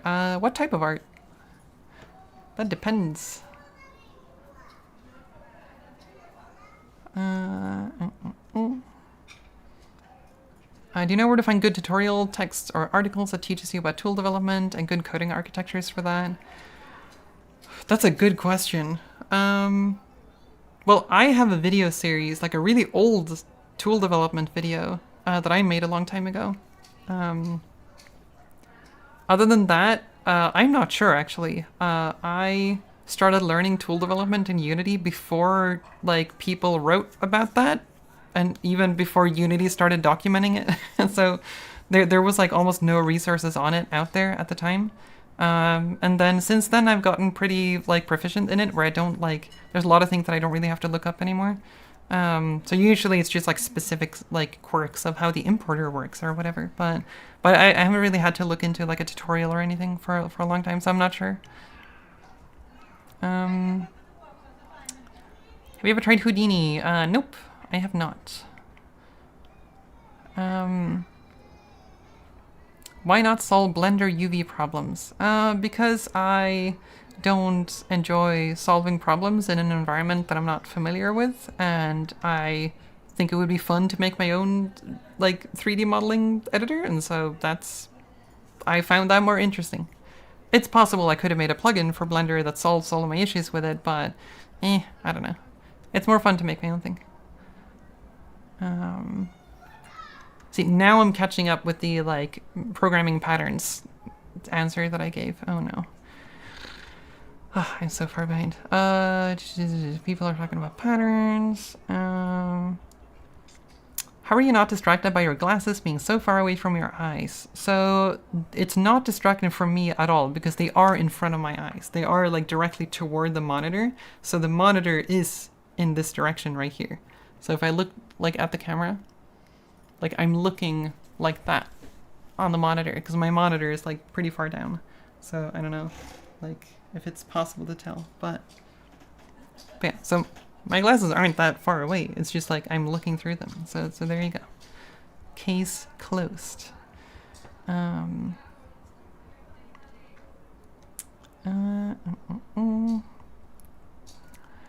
I'm gonna have my first lead dev position with a team of artists under my management. I do not feel ready. Help? Question mark. I don't know. I can't give you much advice there because I've never been lead. Make sure communication works. That's one of the most important things. That's a very general advice, but yeah. Get ready to no longer do work. Get ready to no longer do work is what Ashley is saying. As in, like, your actual job or whatever, 3D modeling. Yeah, it's very common for people who get into lead roles to, like, if you're a lead programmer, then you don't do a whole lot of programming anymore because now you're managing other people doing the programming, which kind of sucks if that's what you want to do, right?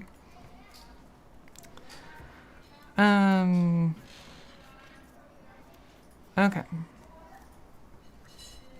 Have you ever felt that after becoming a game dev, you don't really want to play video games as much as you would do before?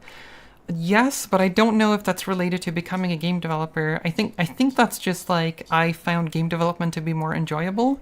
And then part of that could also be age. Like there's certain types of games that I don't really enjoy anymore. And so I don't know. I don't know the reason for it, but it's possible. Do you feel like games are getting too expensive to make? It seems like it, but I'm not sure. So yeah, I guess I feel like that, but I'm not sure if it's true. It seems like some of the AAA projects are just like so wildly expensive and huge that, I don't know, it's just kind of terrifying. Do game developers need to play a lot of games?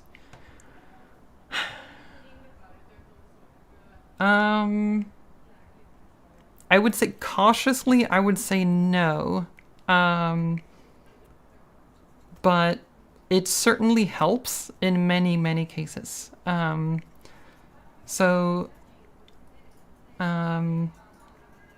think if you're doing game design, if you're doing design in general, that's when I think it's extra important to know about some of the like common like design languages there is in games. Like, how do you design a hold to interact button? Like, how do you present that to a player that makes it that makes people understand what they're supposed to do? Like, I think those types of like that type of established design language in games is good to know about and be aware of.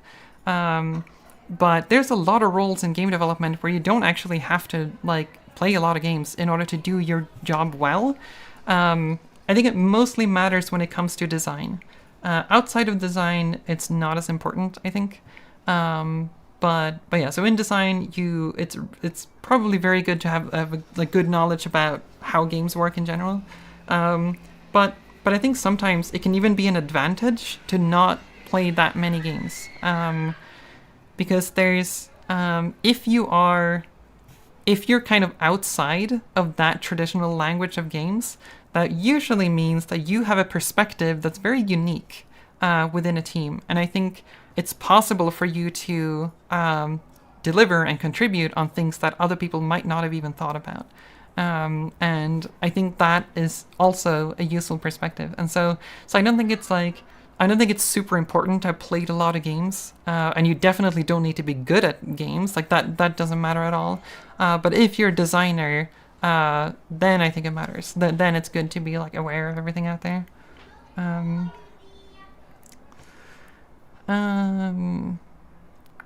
You need a small team to help you produce videos. It'll take your videos to the next level without the stress of doing everything alone. But then I get additional stress of managing other people. That's also stressful. And I'm also a bit of a control freak. I don't like letting go of control.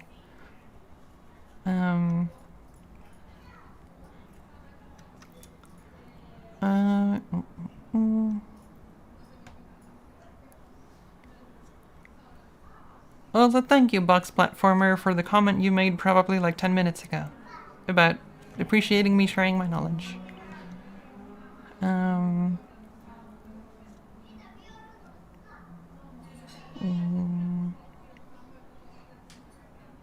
Someone asked me if we're living in the Matrix because they see similarities in our glasses, headphones, and hair color.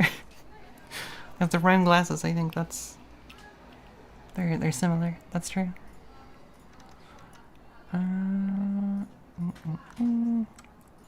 Okay, this was the spammer. Okay, so there we go. That's the spam.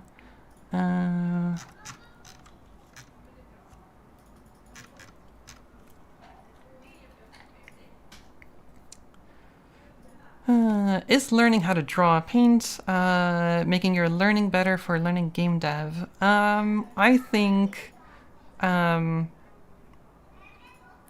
if you're getting into art, drawing and painting is like, there's a certain amount of like artistic skills that that are shared between different fields.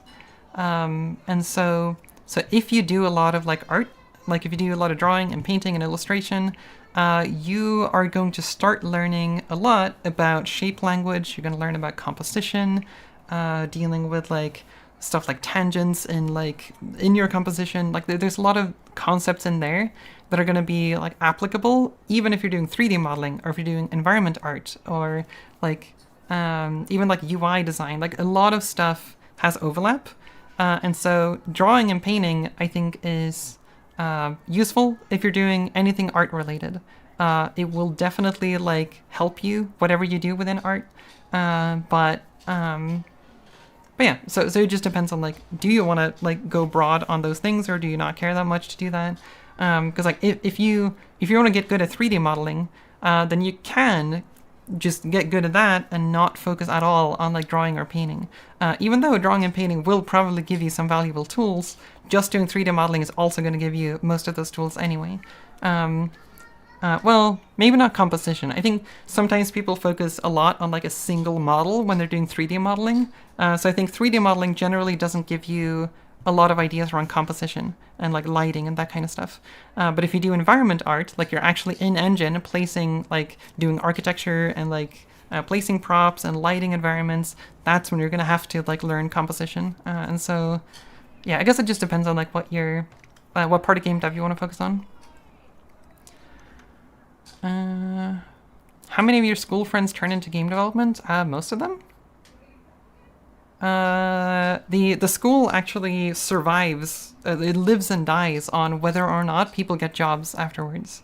And so, yeah, if people don't get jobs after they graduate at Future Games, then Future Games is gonna have to shut down. And so they've been going so far, going strong. So I think it might be like 80% or something has to get a job, I think. Where to continue from Scratch engine? I don't know. I haven't used Scratch. I guess the most similar thing I've used is GameMaker. I would just start using Unity. It's like Unity has a lot of resources online. It's pretty easy to get into because of the fact that there's resources online everywhere. And so yeah, just start using Unity. I would say it's an engine used by beginners and it's an engine used by professionals. So whatever point you get to within Unity, that's going to be useful for professional game development as well. Are you nearsighted or farsighted? I am farsighted.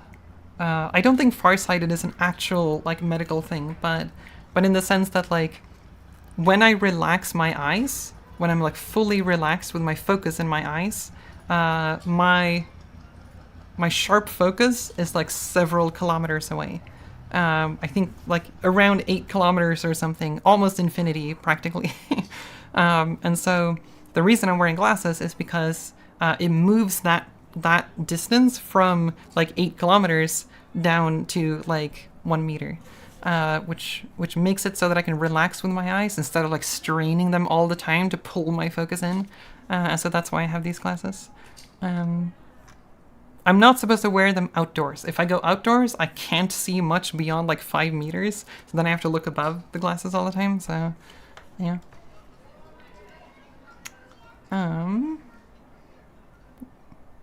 What's the future of the game dev industry? I have no idea. Hopefully it's going to be good.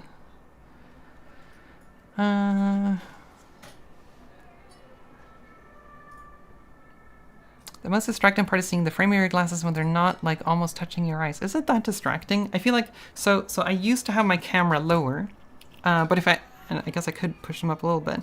But then when the like top frame intersects my eyes, I think this is kind of a shitty angle because then you don't actually see my eyes. They're kind of like obstructed by the glasses.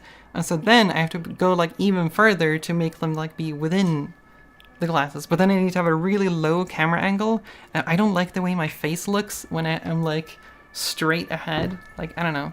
it doesn't look super good. I like this angle better. And so that's why I do that. And also, like, for me, like, it doesn't matter if my glasses are like all the way down here or all the way up here. It looks the same to me, and so that's why.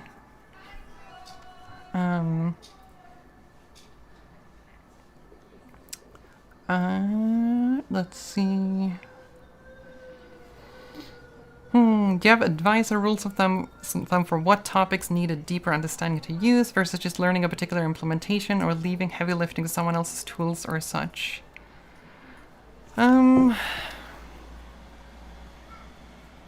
mean, it's kind of hard to answer that question because that depends on what your goal is. Like for example, when I started learning about how quaternions work, I did that because I was curious and I wanted to learn it.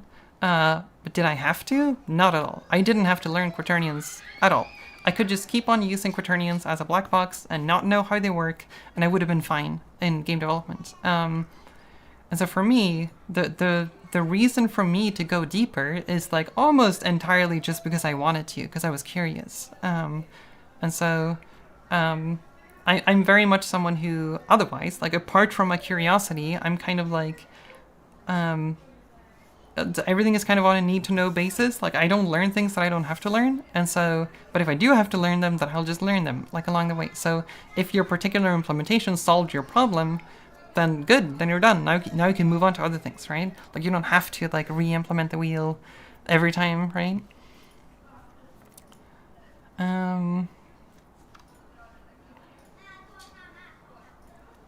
How does the testing process work in a commercial game dev? Is it mostly in the hands of QA engineers, or is there much automation? I guess it depends if you're developing the engine as well. I don't have a whole lot of experience with large teams in game development, and so I can't speak too much to that. But I do know that there are like certain. I know that Ashley was working at a studio, and they had automation for their. I think it's okay to talk about it. Ashley worked at Resolution Games, and they worked on a game called Demio, and Demio is like kind of like the combat parts of D&D in VR. So it's like, well, they also have a desktop version, but it's basically turn-based combat in a grid-based environment, and they had some like automation systems for making sure that like certain systems worked properly anytime they made changes to those systems. I forget exactly what it was, if it was like every single ability had a test case, or if it was just like certain movement things or tile things they had to verify. But in general, personally, I don't do automation for almost anything because I'm just one person and I don't want to spend too much time doing that kind of stuff.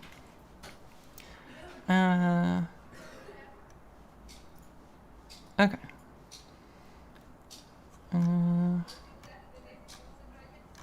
Oh wait, my chat just jumped. Who is your idol? I don't think I have an idol within game development.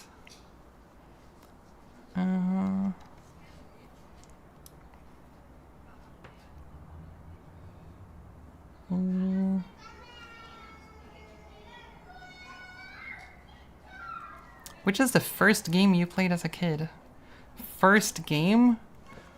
Is that even possible to remember? I don't know. It must have been a PlayStation 1 game. I don't know which one was the first, but I grew up with PlayStation 1, and so that was my childhood. The only game Toby Fox ever played was Tomba. I actually played Tomba. I played a demo of it though, because I didn't have the full game, because it was poor. but I had the demo of Tomba, and I played that one over and over again. Was Tomba ever like a game that people knew about? It just seemed kind of niche. From gamers to gamers, you must play games to create a really good game. I don't think that's true. I think knowing games helps. But it's mostly and primarily within design. If you work outside of design, it matters much less. But I guess people are saying that because it's like a common talking point about how like I think a lot of gamers are like, oh, games are bad these days because developers don't even play games. I think that's a talking point, and I think that's just not. Games are bad for like many reasons, and I don't think that's one of them. And I think if you're gonna make that claim, then you kind of need proof for that, and I just don't see it at all. I don't think that's the problem, and so you know, it just feels like a silly knee-jerk opinion about like I don't know, there's probably like some amount of like sexism in there as well of like, oh, now that they're hiring all of these women who don't play games, now games are bad. Like that is just like that's just not true. And if you're someone who thinks that true, then you've probably been consuming some bad content out there. I need to consume some content. Here's some content.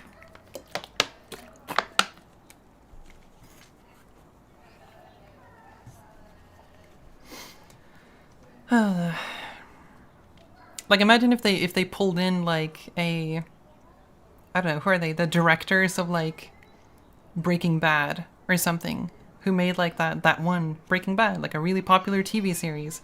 Let's say that they started working on games and then they released a game, whether it's good or bad. Like do you think people are going to like attribute that to whether or not these people played games? Like I don't think so. It just feels like a silly point to make, and I guess it's just like a lot of gamers don't know what game development is like, and so I guess that's why they make that argument. They just want to find something to blame because games are bad sometimes.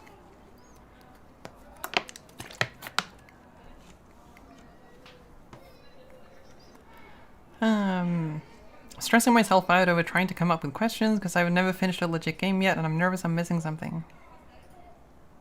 You shouldn't stress about asking a question. You really don't have to do that.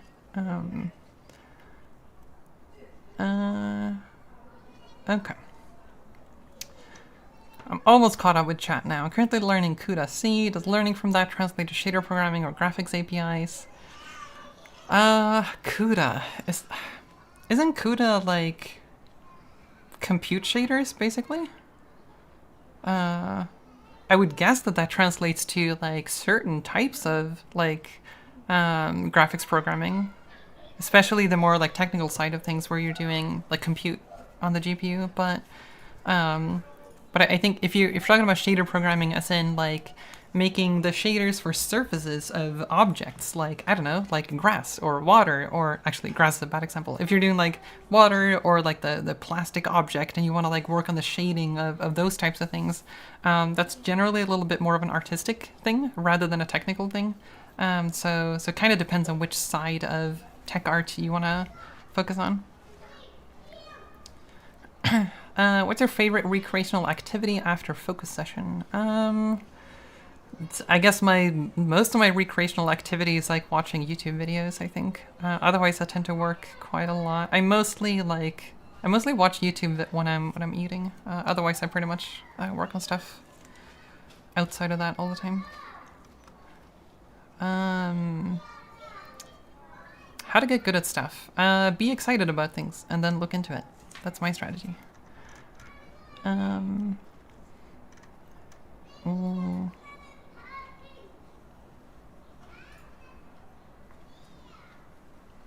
Okay. God, the chat jumps in a really weird way when I'm close to the bottom. Did anyone reach you to make a new game engine? Like people working on game engines reaching out to me? Yes, that's happened. And people who are asking if I'm gonna make my own game engine, that's also been happening. A lot of people have asked if I want to do that, but I don't know. I don't think so. I think making a game engine is so much work, and like, if I ever made a game engine, it would just be, like, for my own projects. Like, it would be, like, a super minimalistic game engine just for one specific game. I don't think I would do anything close to, like, a game engine designed for, like, public use or whatever. I asked this question to Pirate Software. I find that with games or really any major project, the more I work on it, the slower my work gets. Any tips or help with a work ethic issue like that? No, I don't have good advice on that. That is something that I'm struggling with as well. The only thing that I've found, I think, is that like try to figure out what gives you longevity in terms of working on projects. Like one of the things that slows me down is as soon as I get bored. That's the worst thing that can happen to a project. When I get bored of it, my productivity drops to like 10%, if not lower. And so I guess there's certain things you can do to like, I don't know, maybe your project can be pretty flexible. So if you get bored of the project, maybe you can pivot the project. You just like change it slightly into something you're more interested in. Something that I do is that I jump between different fields of game development. So if I get stuck in a programming thing on my project, then I jump over to doing 3D modeling, or vice versa. So that those are my strategies. Another thing is that I often run multiple projects at once. So if I get bored of one project, I just jump to another one and make progress there, and then maybe later I go back to the other project. But there's other strategies that can be dangerous to do. A very common strategy to make sure that you get stuff done is to give yourself a deadline, like an external deadline, or giving you pressure by like streaming the work that you're doing, which I used to do. And those can sometimes work, but you need to be aware that what you're doing is that you're stressing yourself out in order to get things done. And that might be okay in small amounts, but if you do it too much, that is harmful for burnout reasons. And so I'd be careful about using approaches like that, but sometimes it can be okay. If you're like very healthy mentally otherwise, like using stress to get stuff done can be a good strategy. But yeah, in my case, I can't do that anymore because I did it too much. Do you see yourself focusing on making one specific game again or staying with tool dev and educational content indefinitely? I have been thinking about this a lot of late. I have been wanting to start making games again because I miss a lot of the artistic stuff, or the creative and the artistic side of making games that I don't get an outlet for at all, like making educational content. I used to do environment art for years. That was like my thing. I did 3D modeling and environment art and lighting and level art. Like I loved doing that. And I haven't done that for so long now. And there's not really space for me to do that kind of stuff in like a math education thing. Like I could, but then it would probably be mostly distracting. And so I think, yeah, there's a lot of stuff that I want to explore within game development that I can't do in educational stuff. And of late, I've been thinking about that. So I'm probably going to start prototyping pretty soon to see if there's like a specific project that I really want to make that I think has potential and is fun to work on. I've also been talking to a few publishers and funding to see like what the landscape looks like in case I want to go that route of getting funding for a project. And so yeah, I'm definitely thinking about it, and I might do it at some point. But it's still very much in the early stages of just thinking about it at this point. I think right now my priority is that I need to release my blog post about lerp smoothing because I've been working on that for ages now, just on and off. I just need to get that out the door. It's like 80 to 90% finished. I just need to release it and be done with it. Because it's pretty much done already. I'm just like polishing the last bits of it. And then there's 2 Unity plugins, or one of them is Shapes. I should update Shapes. I haven't done that for a long time. I need to update it to make it work with the latest Unity versions. That's just like maintenance stuff. I should probably release my Spline plugin because that plugin is also like 80% done, and that would be like a, if it sells well on the Unity Asset Store, that would be a big source of income, because right now, Shapes, my Unity plugin, that's my biggest source of income by far. Like YouTube gives me like almost nothing in comparison. And so my number one source of income is selling my Unity assets, and obviously sales trail off after a while. And so Shapes is not selling as well as it used to. And so maybe I should start looking into releasing my Spline plugin for Unity. But I'm also working on a 3D modeling plugin for Unity, and I'm a lot more excited about that one now. And so I've been making progress on the 3D modeling tool. And so I might try and see if I can release that pretty soon. But once I'm done with those things, that's when I think I'm going to start getting into games again. I'm going to try and see where it goes. It might be the case that when I get into like working on a game project again, I might realize that like, oh, you know, there's a lot of things in game development I don't enjoy, and so I might back out of it. But yeah, I've been very much thinking about it.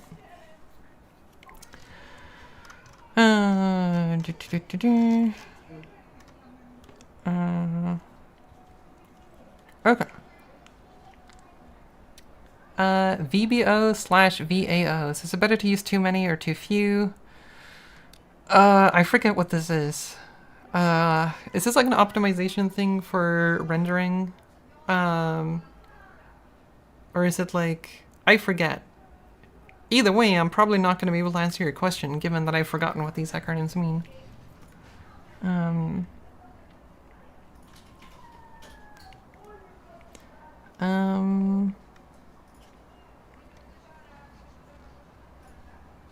Reading through stuff.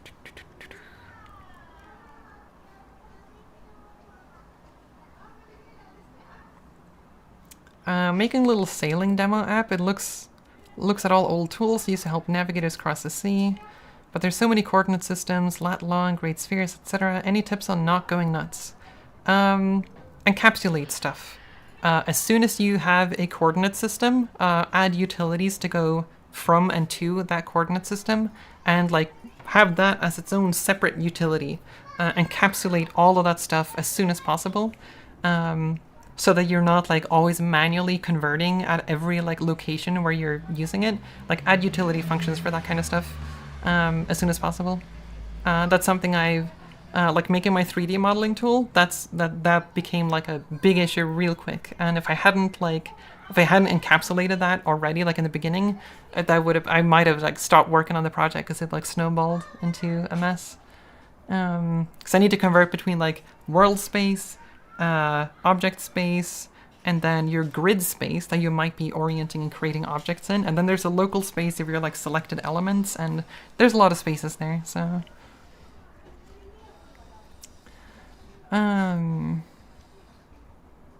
okay. Is it worth learning web dev these days? Depends on what you want to make. It could be. I did not too long ago, and I've been writing a blog post for like a few months. What time do you usually go live? Today was an unusually early stream. I don't know. I haven't streamed much at all this year, but usually when I go live, it's a little bit later. Around this time, I think I would usually go live. And sometimes stream until late, but again, I haven't been streaming much, so... what's your opinion on game jams? I think game jams are great. They are like one of the best ways to learn scoping. Yeah, scoping is hard, and game jams force you to learn how to scope your projects. And they are very, very good exercises for game design, because you're forced to come up with a game idea within a very limited amount of time, and then you kind of have to take a more experimental approach of like, you know, toss out a bunch of ideas, filter them out a little, and then try the things that are relatively easy to try, like toss them into the game engine and try them in practice, see if it works, see if it doesn't work. That kind of like rapid prototyping is pretty rare, and I think game jams is a pretty unique opportunity to do that, especially if you're working with multiple people. It's really, really good for that kind of stuff. Yeah, so I think game jams are great. Have you heard about Cherno? Yes. I think I've just seen Cherno around on YouTube in terms of thumbnails, but I haven't watched any videos.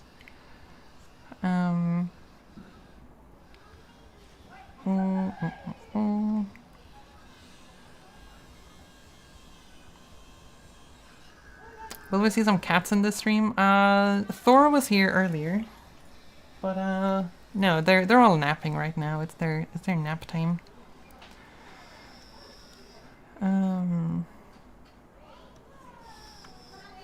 Okay, let's see. Oh, I'm at the bottom now of all the chat messages. Almost. I'm on the screen at the bottom at least.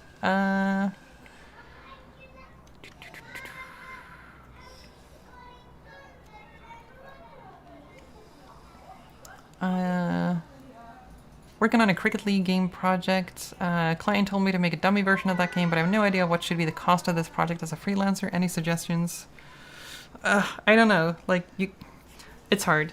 Estimating stuff is really hard, especially if there's a lot of unknowns. So I'm not sure. Like, if you're not sure, then I think it's good to let your client know about that. And just tell them that, like, you know, I'm not entirely sure about this thing, but my hourly rate is this and that, and I think we might have something up and running by this and that time. So, like, just try to have an open communication with them, and, like, if you have an hourly rate, I think that would help. Just for them to, like, yeah, to run the numbers on the project, right? How are you feeling about your ADHD meds recently? Are they helping? Yes, they are helping a ton. I think when I started taking the meds, that's when I was able to make the distinction between what decisions I make from stress and what decisions I make because I want to do those things. And that is partially why I'm not streaming a lot anymore. Because I think I used to stream out of stress because I felt like I should do it and because I wasn't feeling productive and I wanted to have like external pressure to make sure that I get work done. But I never framed it that way. In my mind, it was always just like, I want to stream because it's fun and I also get stuff done. That's cool. But I think it came from a bad place. And so I think I'm just like less stressed when I'm not streaming. And so that's why I just haven't streamed much of late. And also, streaming doesn't give me much money, so like there's not like a financial incentive to do it. And so streaming has always been that's always been something that I want, like I've been doing because I want to do it. And if I don't want to do it, I shouldn't do it. Because I'm not looking to like make a career as a streamer, right? What do you think of the source engine modder to game dev pipeline? I think it's great, but that's just because I'm that. That's how I got into things. Finding myself editing URP2D to make custom lighting, but it doesn't seem to work. I have no clue why that doesn't work. I would just Google for things and ask in the Unity Discord. I watch your math videos a lot, thank you, and thanks for the donation. Or wait, what's it called? It's called Super Chat. Thanks for the Super Chat, Michael. Yeah, coordinates are hard, like, and the spaces versus references to real math, and some are Z up and some are Y up. Yeah, it can get messy, but knowing the terminology around spaces and setting up utility functions for all of that stuff, super useful. Do that early.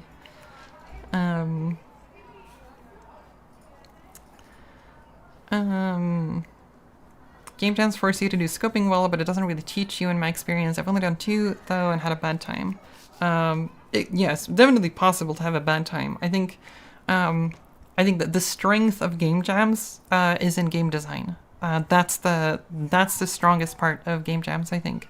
And also, it can sometimes be just a source of inspiration because usually, if you're doing it on site, which I think I've only done on-site game jams. I don't think I've done any virtual game jams. But like being on site around other people working on games in a game jam is really cool. It's fun. It feels like it's this event you're doing together, and then just like this fun creative explosion of people like doing a bunch of different things. It's just inspirational, and I really like that aspect of it. But I don't think you can get that if you do it like an online game jam. Because for online game jams, it's just like less social, and it's just kind of like you're just a page on the internet to other people, and so I haven't been too interested in that. Then I'd rather just work on something on my own. Do you miss the TF2 mapping scene at all, or the 2F2F community? I'm not that much of a community person, so I don't generally miss communities a lot. But I do, and like, I do miss TF2 mapping because I loved doing that. It was so much fun. Like I mentioned, like environment art was something I loved doing, and I don't get to do that much anymore. And so right now I have a few, like, some of my game ideas are pretty environment art heavy by design because I want to do that more. Yeah. Just finished 100% of Tunic. I noticed you're in the credits, so thank you for working on such an amazing game. I don't remember what I did on Tunic. It was probably very minor, but I'm happy you enjoyed Tunic. Sometimes people credit me for like helping out with like a quick question or something, or they're crediting because I made like shapes or something like that. So in the case of Tunic, I don't remember what it was, but I'm glad you enjoyed the game.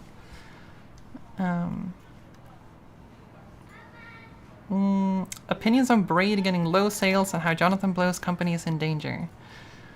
I don't have any strong opinions. I don't know.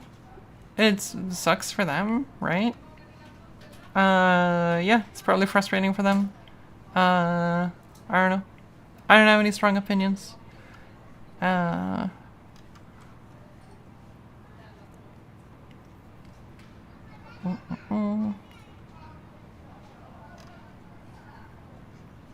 Okay. I reached the bottom of the chat. I did it. Okay, now I'm live. Now I'm no longer answering questions from the past. What do you think about Jonathan Blow? What do I think about Jonathan Blow? So, I don't know him very well, just as a heads up. But from what I've gathered, it seems like Jonathan Blow is a good programmer. He seems to make, like, interesting tools, and, like, he's, like, working on his own language, and that's pretty cool. But he also seems like a pretty arrogant person, and his opinions on political and social matters seem to be trash garbage. And so, I don't know. I don't have any, like, that's all I know about Jonathan Blow. And so I don't know. I don't particularly care too much about his stuff. But yeah, he seems to work on cool things, and it seems to be a bit of an arrogant butt. That's my impression of Jonathan Blow.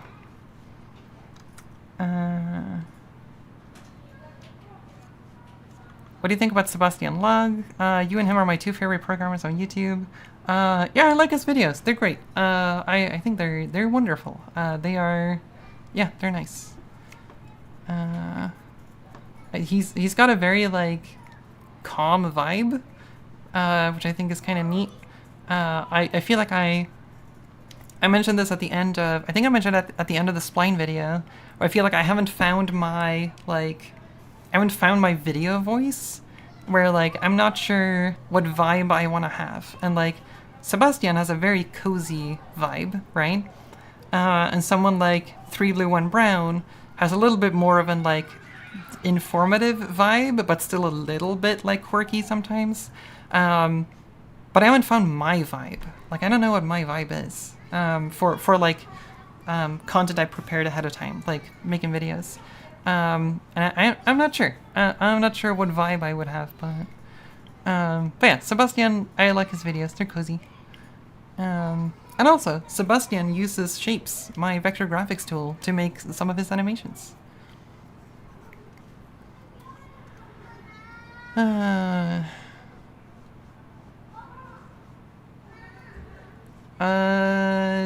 You've been posting this comment a lot. I'm not entirely sure what you're asking. You have not changed your opinion after watching the multiplying vectors video? That's okay. You don't have to change your opinion.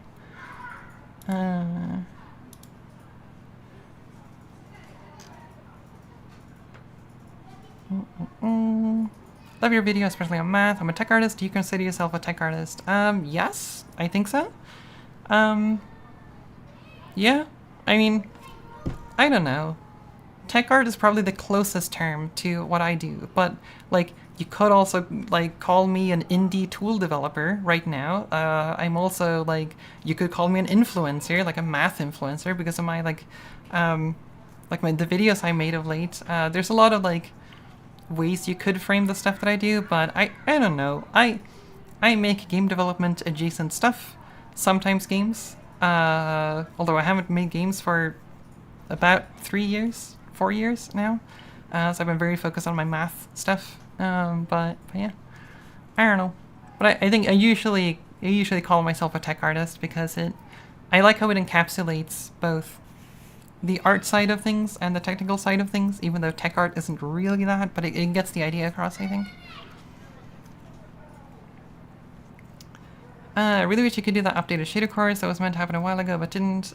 It would be almost the same as the last one, because it's the same course, just for a new set of students, and so it wouldn't be like a bunch of new information that you like lost along the way or something. But if you go to my YouTube channel and go to the live tab, that tab has the latest courses, I think. Although that might only be the math course, I'm not sure. Any opinions on Brackies and whether I should rely on their stuff? I haven't seen Brackies, so no clue. Maybe they're great, maybe they're horrible. But a lot of people like Brackies, so I think it's good. What do you think turns people off from math in school, pre-academia? I think math comes across as incredibly dry, incredibly boring, incredibly useless, and it's just a waste of time. I think that's why people don't like math in school. Because it's not framed in a context where you get it, right? It's just like, today we're gonna talk about the sine and the cosine, and then with the sine and the cosine, you can use that to solve triangles. So here's an equality. Here's the like law of cosines or whatever, and you can use this to like convert between, and you're just like, why? Like, why do I need this? This seems entirely pointless. Like, why? Yeah, I think that's why people don't like it. And so, for me, I think that's why I didn't like a lot of math, because I was never given a context where it made sense. Yeah, and so I think the way to do that is to get people engaged, but that's kind of the million-dollar question, I guess, like how to get people interested in something. But I would say in school, and as with learning anything, try to make it visual, try to make it interesting and catered to whoever's learning something, right?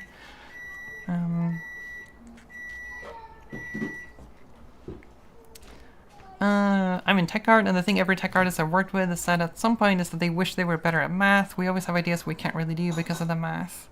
Yeah, there's a lot of people in game development who just don't have a very like deep understanding of math, which I think it's kind of cool in a way that like you can get so much stuff done without knowing that much math. But yeah, I mean, it definitely helps. Like some math is really useful, especially in certain types of shader programming. But like you don't have to know how to like solve differential equations or integrate or whatever.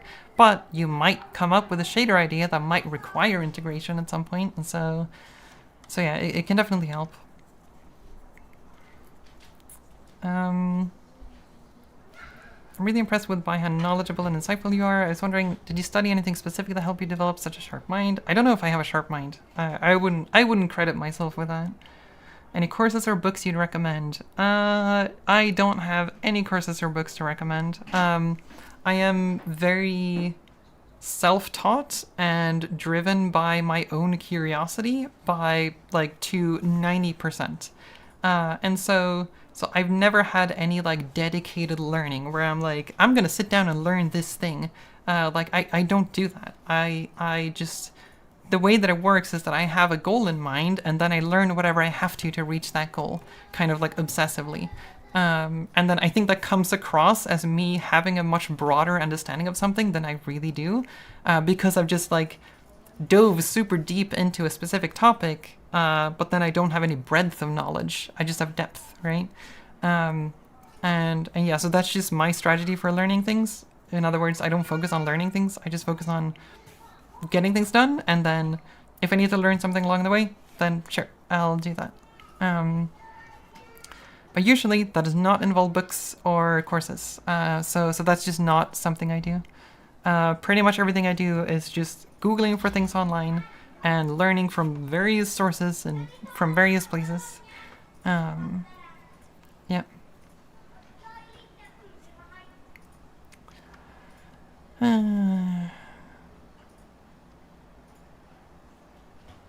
Oh, the 5 beeps of the microwave? It's horrible. Yeah, 5 is a lot, and it's very loud. I don't know why. Thank you for wrecking our studio's productivity for an hour with every video release. Good thing I've only released like 4 videos, so that it's not like tanking your entire studio. Okay.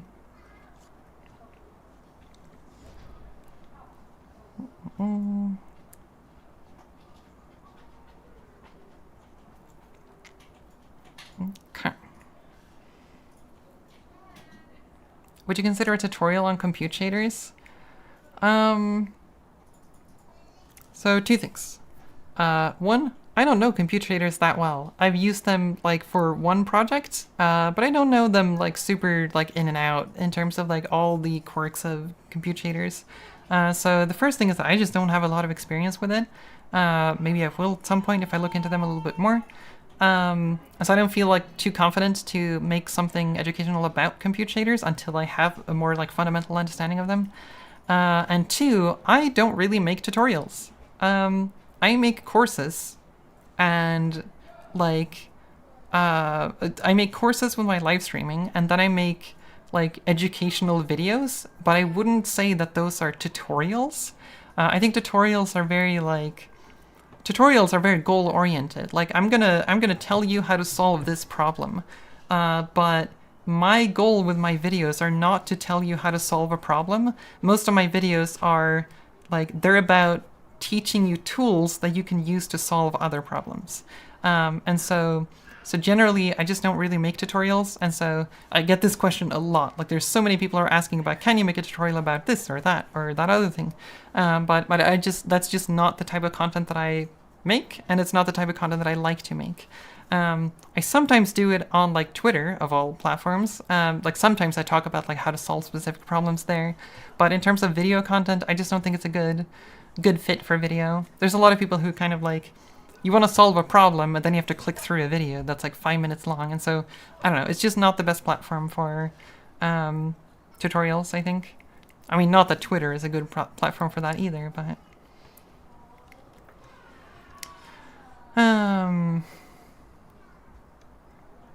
any advice on how to talk to people with ADHD?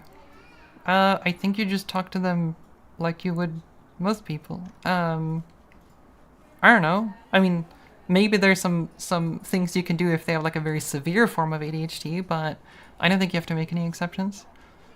What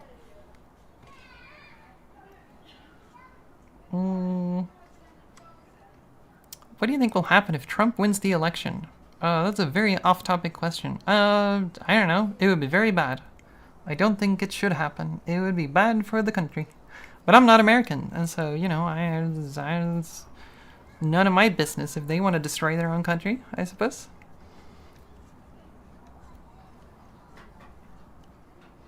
Do you follow industry stuff like SIGGRAPH or journal papers or such? No, I don't stay up to date with that kind of stuff, but sometimes, like when I do research, when I did research for the spline video, I did get into a lot of like math papers for that, but generally, nah, I don't super keep up with industry stuff. I probably should though. Last time I went to a game dev event was really inspirational, and I think I just need that for my own mental health and not for my like educational like stuff. I just need to. I think it's good for me to get out and see new things. I'd love it if you restart and made a course on compute shaders. Yeah, I don't know. I don't think it's a very interesting topic in isolation. It's very niche. And so if I talk about compute shaders, it would probably only be as a side note in a separate video about something else.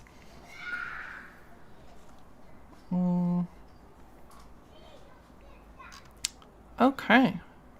Damn. I am incredibly caught up with chat. What time is it? When is... Okay. I'm good on time, but I should stop streaming pretty soon because I'm starting to get a headache. I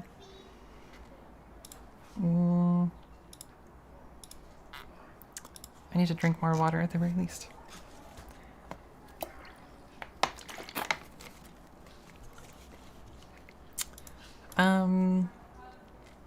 Does compute shaders and HLSL work on mobile? HLSL, yes. Compute shaders depends on the mobile device. I think compute shaders are mostly supported but I am not entirely sure about how wide that support is.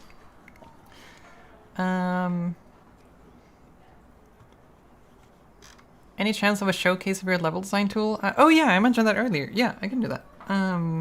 That's a good point. Okay, let me organize some windows.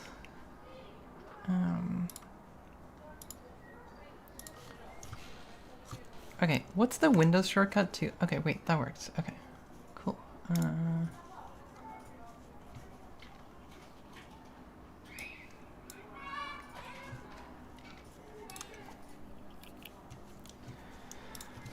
Okay. Things are a little bit jank because I generally, long story short, we've had to find a temporary apartment because our bathroom was surrounded by water for likely a year or so because of our upstairs neighbors, and so we have mold that had to get removed, and so we had to find a temporary apartment, and so we are in a temporary apartment right now. Luckily the insurance paid for it, but that does mean that I don't have all of my streaming stuff set up nicely in the way that I used to, and so things are a little bit more jank. I just need to make sure I don't accidentally show any passwords on stream, or stream keys, or some deeply explicit pornography or something like that. That would not be good. Okay. Oh, wait, that window should not go there.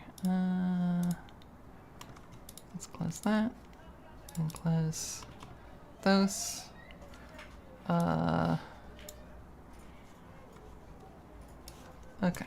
Okay, almost ready. There we go. OBS goes there.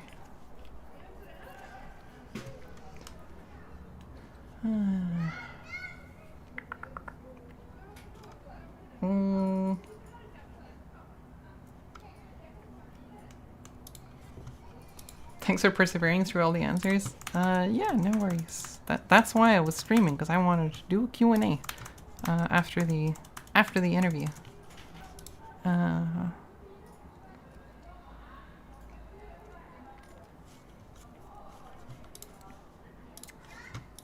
Okay. Did this temporary apartment come with 10 screaming kids? Yeah, there's always like 10 screaming kids outside, no matter where you are. It's kind of annoying. I don't know why every location with buildings has like screaming kids outside, but it just seems to be the way it is. Okay, there we go. Now I can open my Unity project. Let's see if we can do that. And that works. Alright. My mesh editor doesn't have a name yet. It's just codename Geo, because it's short and it's good, short enough to put in a namespace.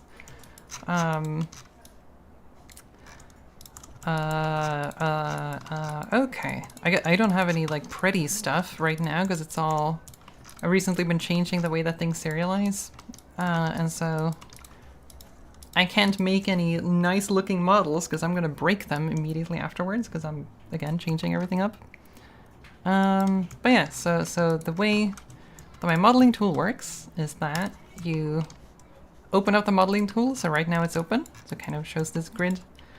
And you can jump into editing any mesh that you've already created in this tool. So if you could just jump between them and then start editing faces and geometry and whatever you might want to edit. So maybe I want to like add a little extrusion thing to the top of this one. Then I can just like go in and do that. And then there we go. Now it's some kind of cabinet top thing. And so maybe we want to add some kind of little vent or a hatch here. So I guess we can just extrude that. And so there we go. That's There's a tiny little vent. Maybe we'll add some borders there. And then probably want these to be hard edged because now they're soft shaded, so everything looks kind of goopy. And we don't want things to look goopy. And so probably want to find all of those edges to make hard. So that would be all of these. There we go. And then mark those as hard edges. So now the shading is a little bit more reasonable. Yeah, and so now that we've edited that, that is already on all of the instances of this model as well. So like if I edit this model, it like live updates everything everywhere. And so, yeah, it's very much designed to be like fluent. Like it shouldn't be annoying to get into all of this stuff. Or yeah, like it should be easy to just like go in and edit something. Yeah, and so creating a new object is kind of the similar type of thing. Like, so in this case, if I want to like create a cylinder, let's create one with like 12 sides. And then yeah, this interactive creation tool. There we go, and now there's a cylinder there.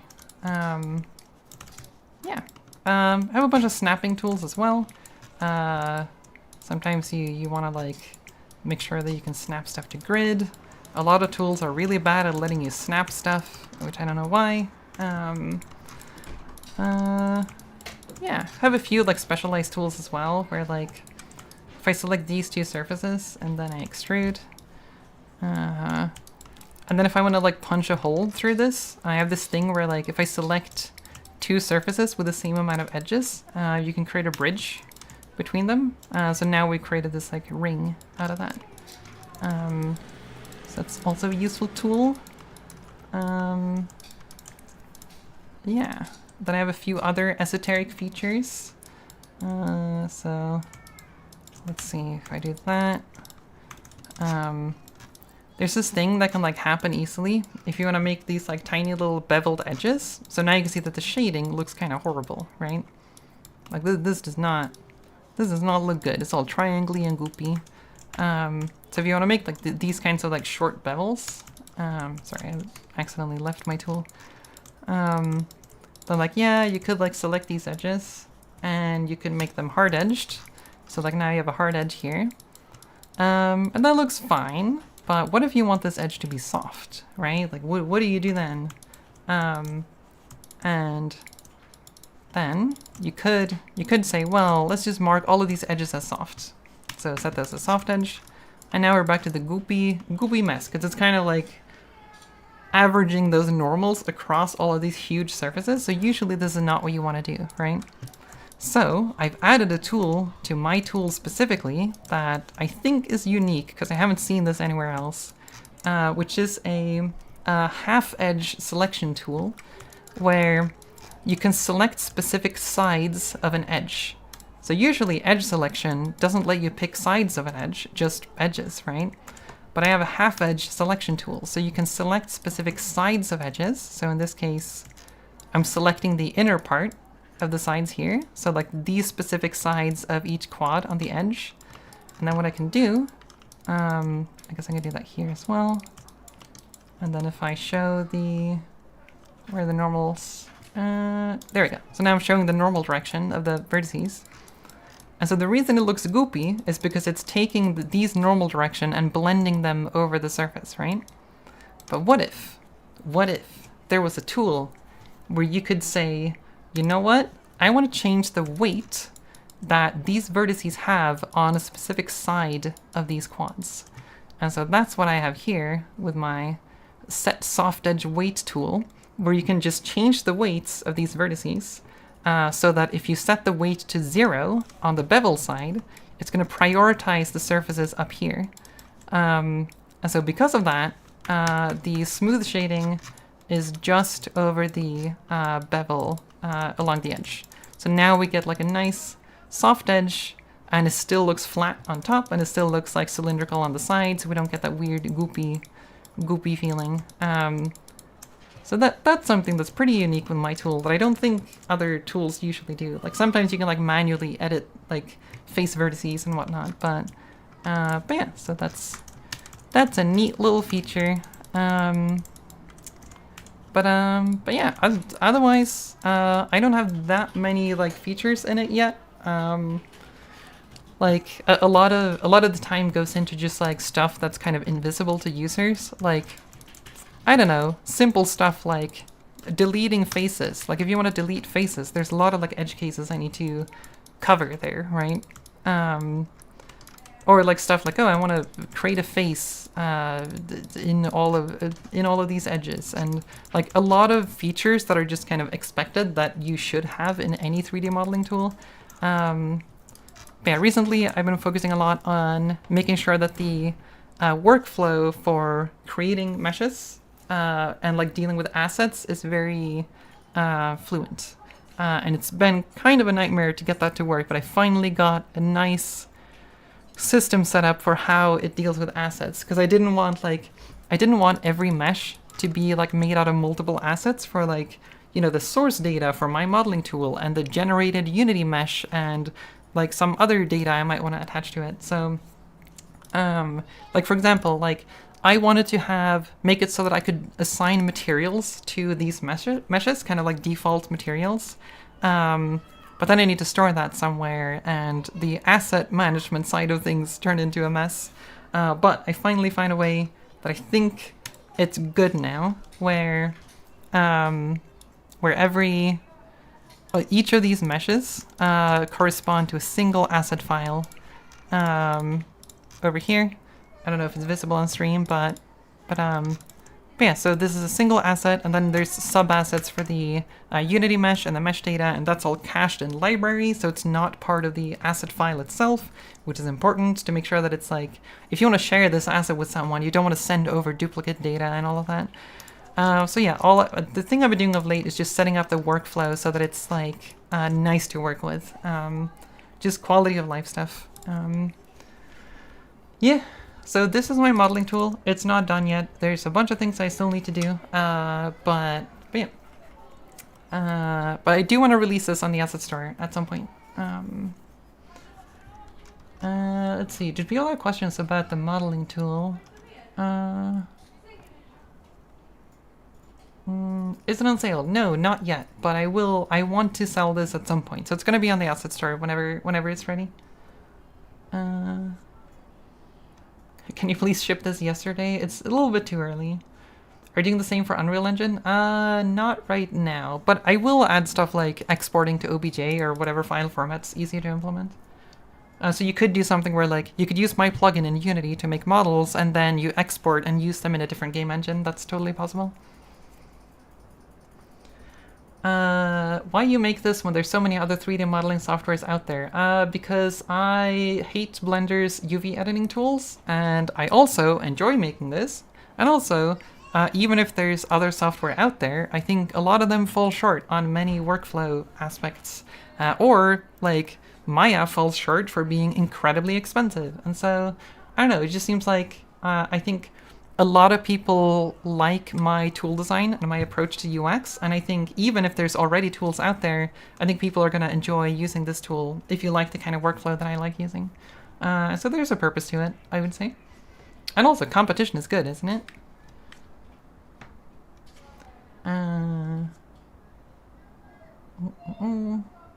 Wanted a tool like that since literally weeks after starting work in Unity. Yeah, I think a lot of people want a tool like this. I think the reason it doesn't really, like, well, there is UModeler. UModeler is probably my biggest competitor when it comes to this particular tool.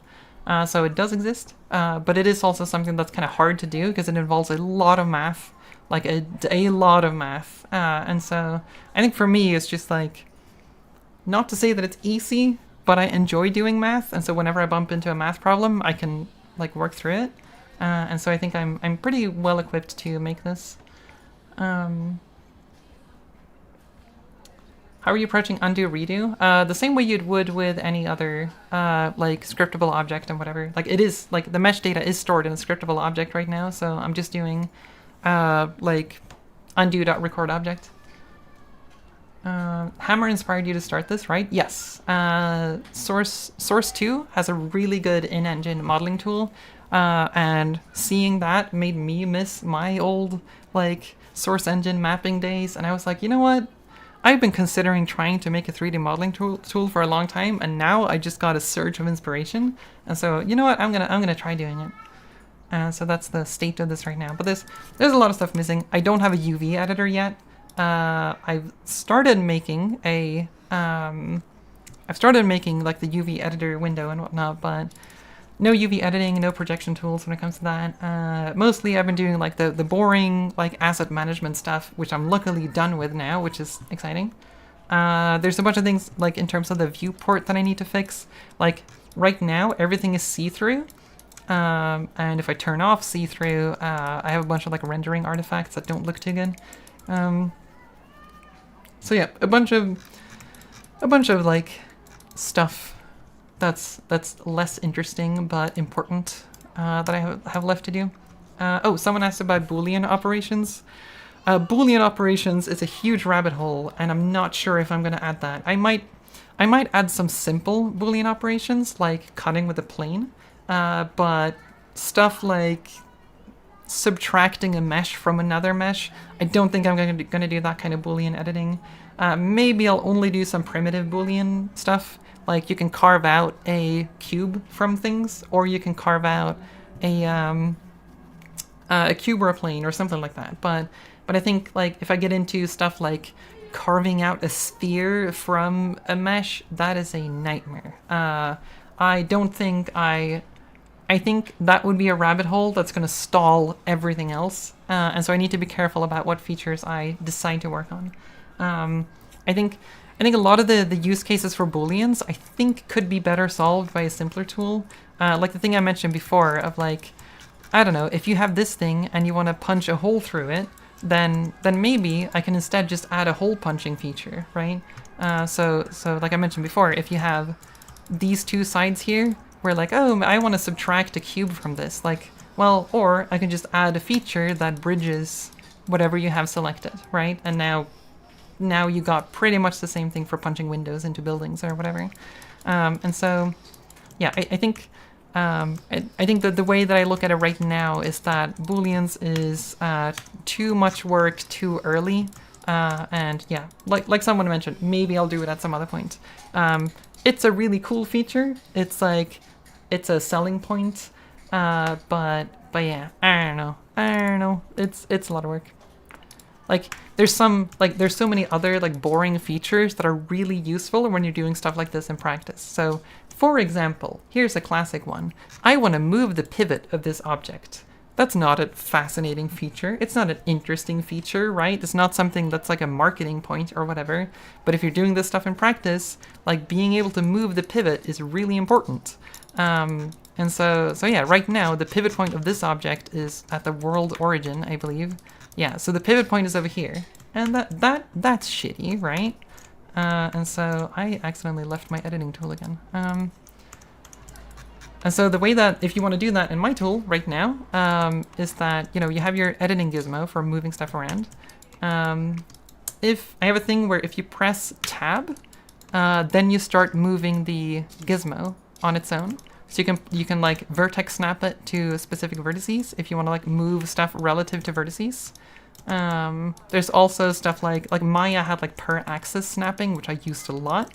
And so I've added support for per axis snapping as well. So if I hold vertex snap and drag the Z axis, it's going to snap on the Z plane specifically in the given orientation of the current pivot.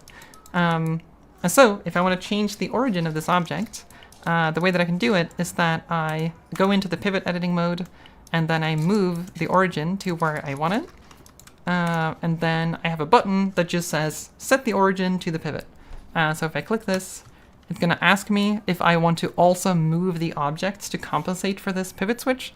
And if I select yes, it's going to stay in place, but now the origin is here. And yes, if you've used Maya before, this is very similar to Maya. Because I used to use Maya, and I liked it, but I don't want to give Autodesk money, because it's super expensive, and I didn't like Blender, and so so here I am.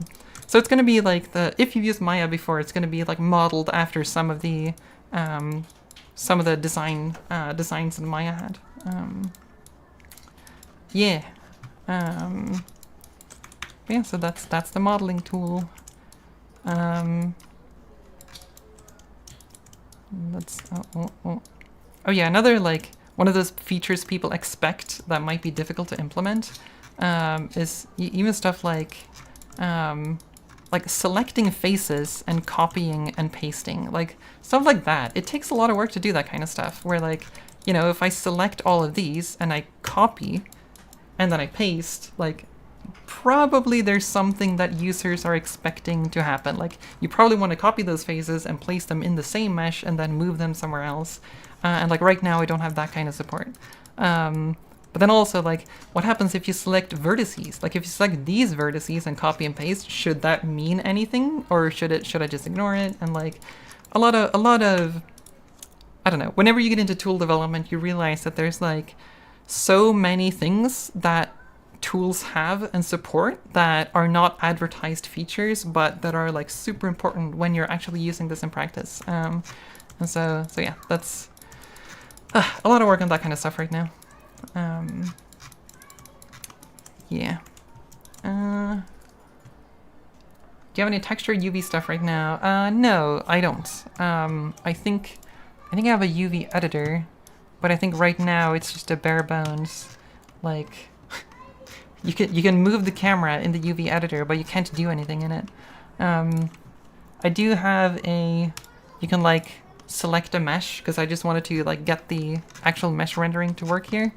And you can like swap between the two UV sets.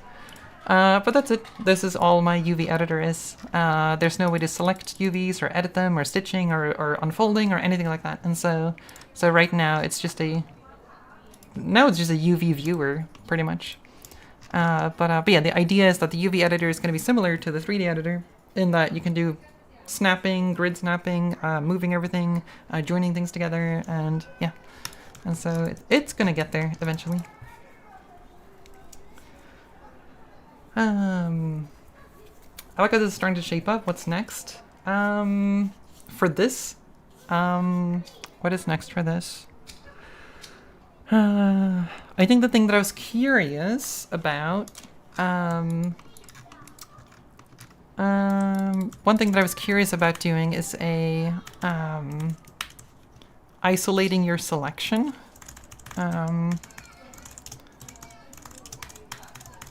So let me show you what I mean.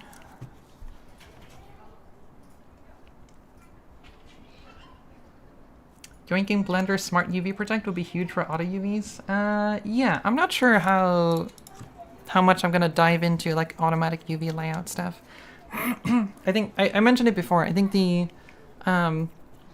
my target for this modeling tool is kind of like mid poly stuff. And maybe it's on low poly if you want to do that as well. But I'm not, the idea is not to make a high poly mesh editor. Which means that there are certain features that I don't really think I have to focus on.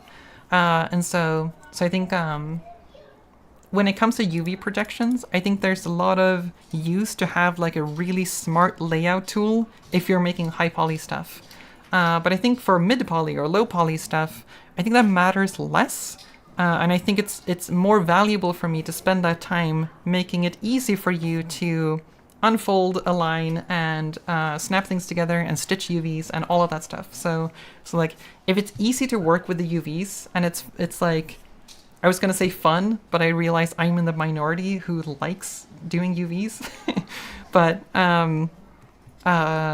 I actually really enjoy doing UVs. And so as long as the like unfolding tools and stitching tools are fast and easy to use, I don't think like spending time making like a super optimal packing algorithm is going to be worth it. But again, maybe in the future if I spend that time doing it. But right, so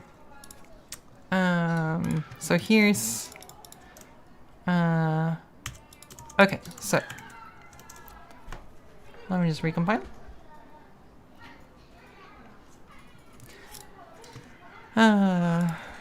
Ignore the errors. It's okay. So here's something that I was thinking about. Like if you have...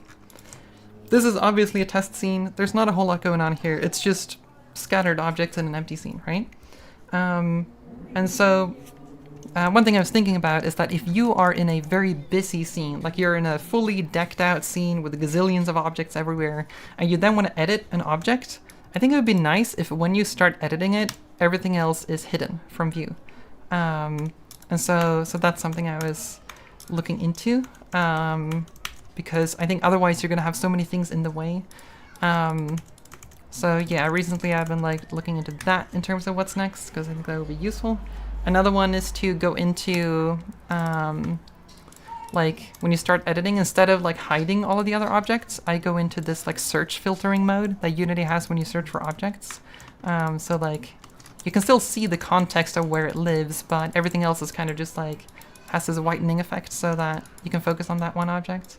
So that's what I'm considering, like turning into a feature where like you can toggle this behavior in the UI. Another thing I was thinking about is that I think the design of having all the tools in a scene view visible panel is not going to be sustainable long term. I think I'm going to have to move all of the actions out into its own separate window, which sucks a little bit because I don't want the experience of opening this tool to be that you have to pick a location for the window that's dedicated to this tool. I think there's a lot of value in being able to jump into the tool and then leave it without having to deal with like window layout. So I'm a little hesitant about moving some of this into a separate editor window.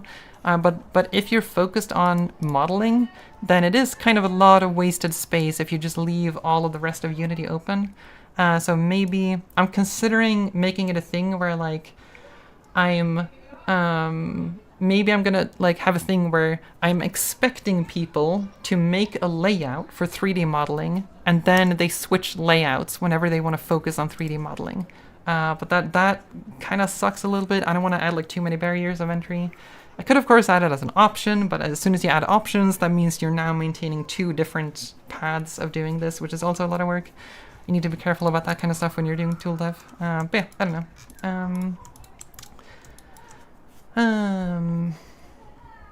Will this stream be uploaded? It'll be on the live tab on YouTube, yes.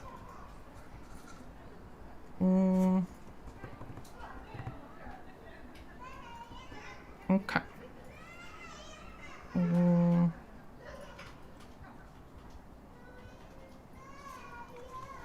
Can you auto switch to the 3D modeling layout?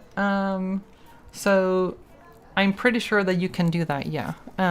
So Unity has support for layouts, right? Like you can make a window layout and then save it in Unity and then load it whenever you want. I don't know how many people actually use this feature, but it is a feature that exists. And so, yeah, I think the bigger issue in my head is that I don't want to add too much overhead in opening the modeling tool. Like right now, like opening the modeling tool is either, well, one button press or one hotkey, right? Like you open the modeling tool and then you can immediately like jump into any mesh anywhere and start editing, right? I think the lightweightness of that is important. Yeah, it just kind of sucks if it's like you open the modeling tool, but then you also have to like dock a window somewhere, or you have to keep the window docked and visible at all times if you frequently switch away to and from the modeling tool. I need to think a little bit about like what's a good design there, because I think the problem with this design here is that I don't have a lot of real estate to work with, and anything I add is going to intrude on the viewport itself. But it's possible I might be able to do something like it does open a window, but if you have the window in a tab already visible somewhere in Unity, there might be a way for me to force switch to that tab. So like, if this lighting window is the 3D modeling tab, and you open the modeling tool, maybe I can switch to that tab automatically or something. That might be a way. I don't know if Unity has features to do that, or if I need to jump into like cursed reflection shenanigans, but I don't know. That's something I'm gonna have to experiment with. But so far, I think this tool menu is like, I don't have too much stuff there. Right now, this works well. But I think long term, this is not a sustainable design. Will you add weight painting and rigging? A basic version of that would be cool because it's already possible to animate in Unity. I have considered doing that. I think my priority right now is that I'm gonna add vertex painting in terms of painting, weight painting and stuff. It's a lot of work to do that kind of stuff, and yeah, I'm not sure. I might. I don't think if I implement vertex painting, adding support for like weight painting is not going to be that much work. Because then I've kind of already done the hard part. Then the only big thing that you need to then add afterwards is like setting up joints and hierarchies. And right now I have 0 features around like editing sub-objects of your mesh. Your mesh is just a single mesh. And that kind of opens up a lot of questions of like, well, should my mesh format support multiple meshes inside of the mesh, kind of like an FBX file, right? Or should I just support a single mesh? And as soon as I add multiple objects to one mesh file, I need to deal with transformations, like local transformations of objects in that object, and like that is a can of worms that requires a lot of good like UI design and stuff. And so I think right now I want to limit it to a single mesh. I don't think I want to add any kind of support for multiple meshes inside of a single mesh file right now. And to some extent, it feels like you shouldn't have to do that. It feels like you do that because it's easier to import it, but if you're already editing inside of Unity, then you don't really have to do that. And you can set up that hierarchy on your own, right? But yeah, I don't know. Maybe I'll do it at some point, but it's low priority right now. Favorite programming language? C#. Maybe shipping a default modeling tool layout and auto-switching could be okay if you end up needing the extra space. Maybe. I don't know if it's possible to ship a layout. Although it does say save layout to file and load layout from file, so it might be possible actually. I just need to figure out a way to do that from code, but I think worst case I could just do that with reflection, I think. But that is a little bit scary because some people are very, well, I say some people, I'm very attached to the way that I do my layout in Unity, and anytime I use Unity with a different layout, I kind of get uncomfortable. And so if I overwrite people's, or take over people's layout by default, that's, I think I would, and I think some people would get a little bit uncomfortable with that. Are you using UI Toolkit? No. Not right now.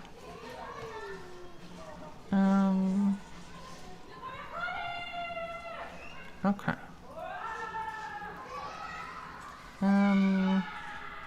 Thank you for making video Bezier. The Bezier video helped me understand CAN network. I don't know what that is. Will you make more videos like the Bezier card one? Maybe at some point. I don't have any plans right now to do a fully animated video, but maybe at some point. Okay. Alright.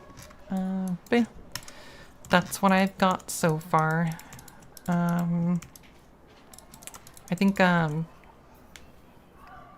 want to, one thing I want to do with this tool, in terms of what's next, is that I want to get it up and running to a point where it's kind of like a, like an MVP, like a minimum viable product, where it's nice to use, all of the interactions feel good, and the interactions that, everything that's in a place is good, but it might be missing some features. So it might even be missing some crucial things, but whatever feature set I have, I want that to work well. So I think I want to make that, and then I have a few people on a closed alpha testing list who are gonna try it out and see what they think. If they notice any issues that I might not have been able to predict, any workflow things I missed, that kind of stuff. So I'm kind of preparing for a closed alpha test, and then depending on how that goes, that's gonna change. That's gonna help me decide where to go next with this tool. But yeah, a big thing that I haven't fully decided yet is a classic one is extruding along a spline, and that's a bit of a rabbit hole, because I know a lot about splines, and I've already started working on a spline plugin, which is almost done. And I shouldn't like make another spline plugin inside of my modeling tool. So I'm like, should I maybe make it so that if you own both of my spline plugin and the modeling tool, that's when you get the feature to extrude along a spline? I've considered doing that. I think that would actually be, I think that would be good, because then I've separated those. And I think it's one of those like marketing strategies that's gonna make me money as well. And it's nice to have money, because then I don't have to stress about making money. Yeah, so I'm considering doing that, but I've never done any like cross plugin communication, so it's a little spooky. Actually, I have done that, but that was a long time ago, so it doesn't count. Do you have any plans on making a C# for Unity course on Udemy or somewhere? I have actually considered that. I've been thinking about like my long like educational things, like the shader programming course and the math course. All of those are like, I feel like going through those courses, I've like given away pretty much most of what I have to say to beginners on those topics. The only like big topic that I haven't like that I'm very knowledgeable about is programming in C#. I haven't like done an introduction course to that. Well, I have done it, just not publicly, right? And so I have actually considered making a paid course for that. And maybe like on YouTube I'll upload the first part or something, and then the rest is on like my website or something. Because like a lot of my shader programming and my math course, they are some of my most popular videos, but I make almost no money from it. And it kind of sucks that I have all of this content that people are getting jobs from and in the industry and learn a lot from, and like most people, the vast majority, don't give me money for that. And I know that that's by design. I wanted it to be free and easily accessible, and I think it's great that people learn from it. But it also kind of stings sometimes when you're like, if I just put a paywall on these courses, I would have made so much more money from those, like orders of magnitude. Like I'm not even kidding. Like that is almost certainly like the difference between releasing something for free versus putting a paywall on it. It doesn't even have to be expensive, but like on average, like people just don't support people financially unless they have to. That's just the way it is. And I think right now there's a big discrepancy between the value that I give other people versus how much I get in return. I get almost nothing in return compared to what I give to other people. And again, that's fine. Like that's what I wanted, but also it kind of sucks. Like, I don't know. Most people who watch my stream, almost none of you are Patreon supporters. You could give me money. Maybe if my stuff has been useful, you could go to my Patreon, like patreon.com/askikumo. It's right there, or it's linked in my YouTube. But most of you are not going to go there because, like, you don't have to. Like, all of my stuff, for the most part, is free. And so there's no incentive to, like, even support a tiny amount per month. Like, $1 per month, like, too much effort, right? And if you get what you want without doing that, then it doesn't really matter. And so, yeah. So that's a long answer to your question. But yeah, so I have considered making specifically a C# programming course that is paid, a little bit for this reason, because I want some in return for the effort that I go through.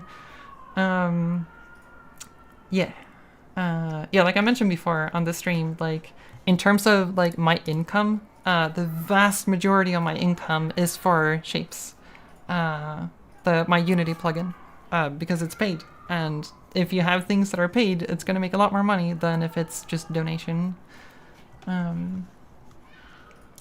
based.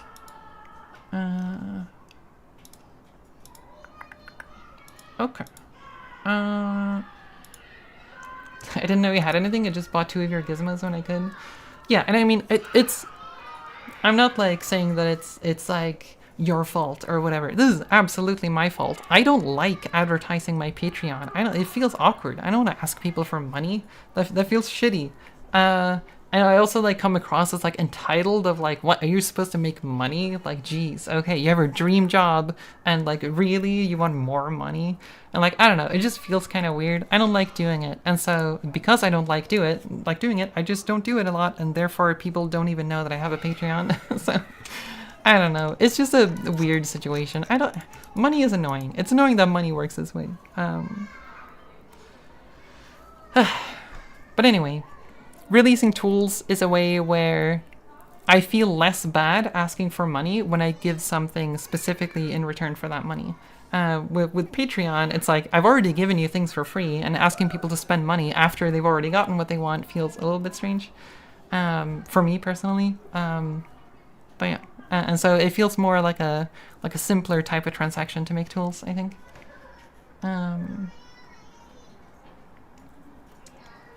How do you optimize C# performance for game dev? Do I need to go into the unsafe world? Sometimes, but not always. I've almost never used unsafe. The big thing for optimizing in C#, let's see. Well, it's like general stuff around memory management. It's good if you're you're aware of what's allocated on the stack versus what's allocated on the heap. Make sure you use structs versus classes correctly. Be aware of your data layout, because sometimes the layout of your data can slow things down. There's a bunch of utilities in Unity, like the burst compiler, that can like take certain sections of your code and make it faster. You can do multi-threading to spread things out a little bit over your processors. Using Unity's job system is useful. There's a bunch of different things. You can also do stuff like, if you have something that's expensive, maybe you can just move it to the GPU instead and then do it in a compute shader instead of doing it on the CPU. Yeah, lots of stuff you can do there to move your computation around.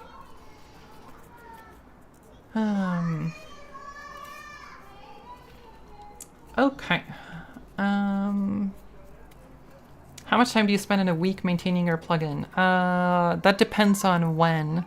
So in the beginning, right after releasing Shapes, my plugin, I spent quite a lot of time, like most of the hours of the day in the beginning. But then over time, things get more and more stable. There's less and less bugs that people run into. And so that's when I start like moving over to working more on other projects. Yeah, I think it depends a lot on which type of plugin you make. Shapes was relatively low support, but Shaderforge, which I made a long time ago, there was a lot of support requests there. But I also didn't really know how to do support back then. Back then, I took on way too much work. Like, I would have people asking Unity questions and answer them. Like, questions that had nothing to do with my plugin. They're just asking, like, oh, how do I set the mesh renderer to cast shadows or whatever? Like, that kind of thing. It's kind of a problem in Shapes as well, where people are like, yeah, again, like asking questions that you would know if you've used Unity. Or it's just a general Unity question that have nothing to do with my specific plugin.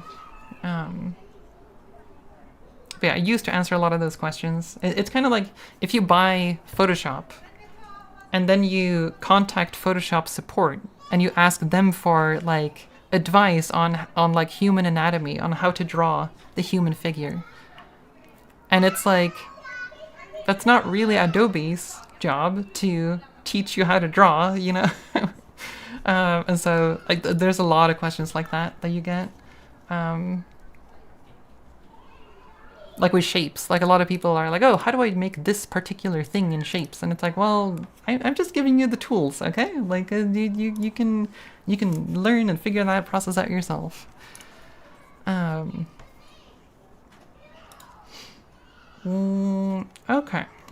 All right. I am feeling pretty done streaming. Starting to, or I've had a little bit of a headache for a while.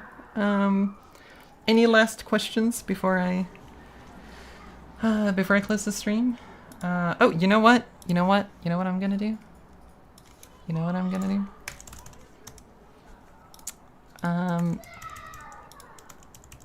Did you know that I have a Patreon that you can go to? If you like the stuff that I make and you want to support my work, you can go to Patreon and you can just toss money in my direction and you will get nothing in return, pretty much, because I have very little Patreon exclusive content, because most of my stuff is free.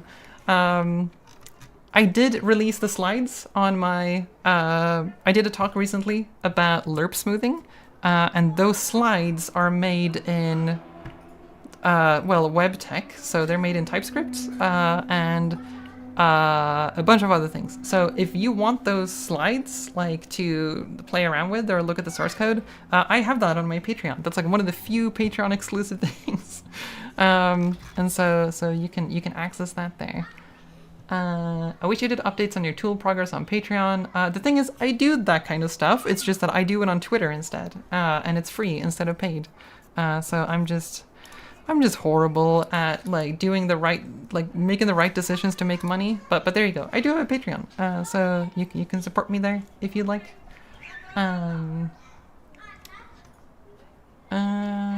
Or should I be more judgmental? Should I be like, if you've been following my content for like months, like Jesus Christ, you're such a leech. Like you wouldn't pay me back or whatever. Should I be like edgy and like push people to do it? Or that doesn't feel like me. I don't like doing that. I don't know. Marketing is hard.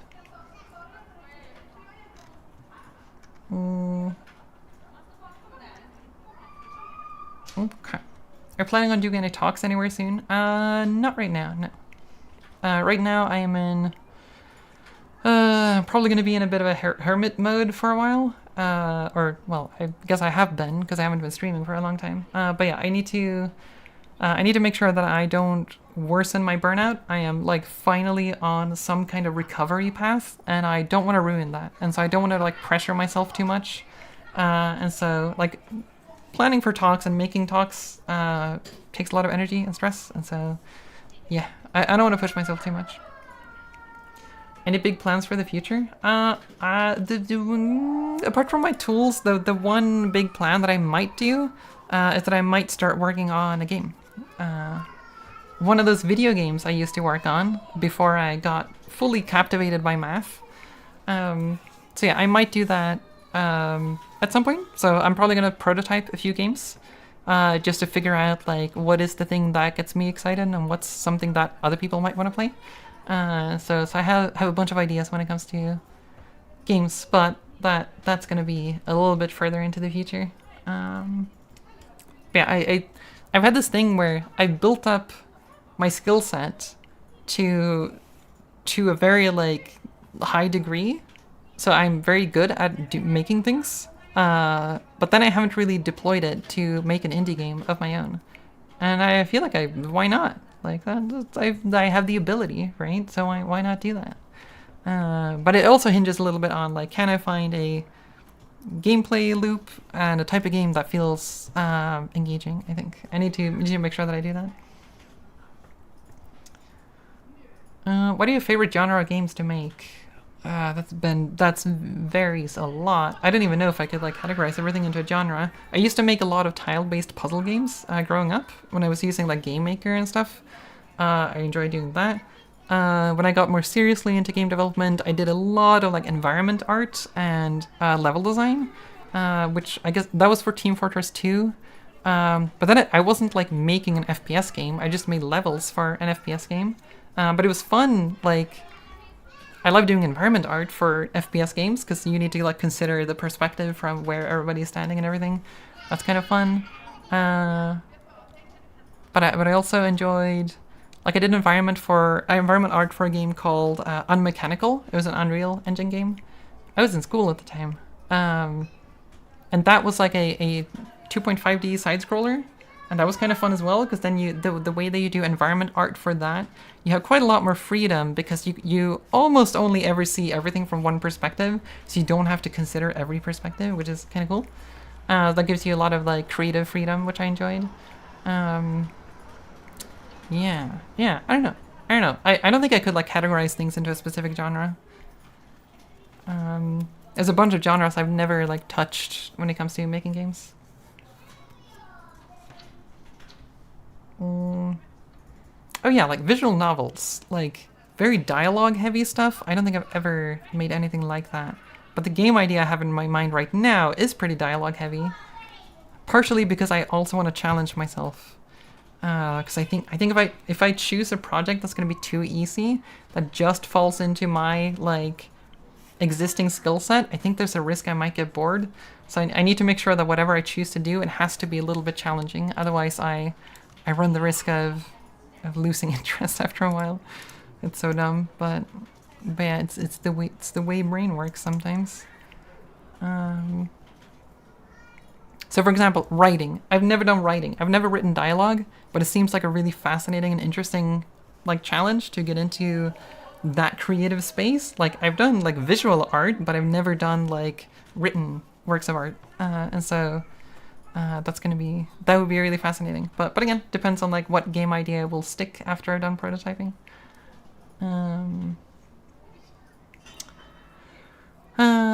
Okay. What are you studying currently? I'm not a student, so I'm not like studying at any kind of educational institution. Yeah, so I'm not exactly studying anything. I guess recently I was looking into differential equations for my lerp smoothing stuff in terms of like self-studying. But other than that, I don't think there's that much. Now I'm focusing a little bit more on my 3D modeling tool. Do you use a project management software for these solo dev projects? I mostly take notes. I used to use Notion, and now I use Obsidian, just to like maintain to-do lists and notes on whatever it is I work on. That's the only thing I use. Okay. All right. I think that's it for today's stream then. I hope this was useful.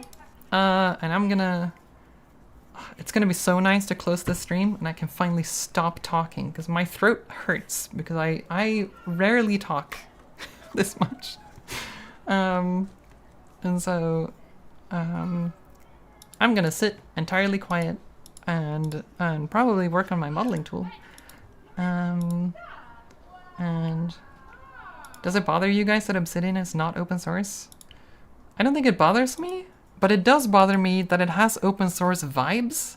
I don't know where I got that impression, but for some reason I thought Obsidian was open source.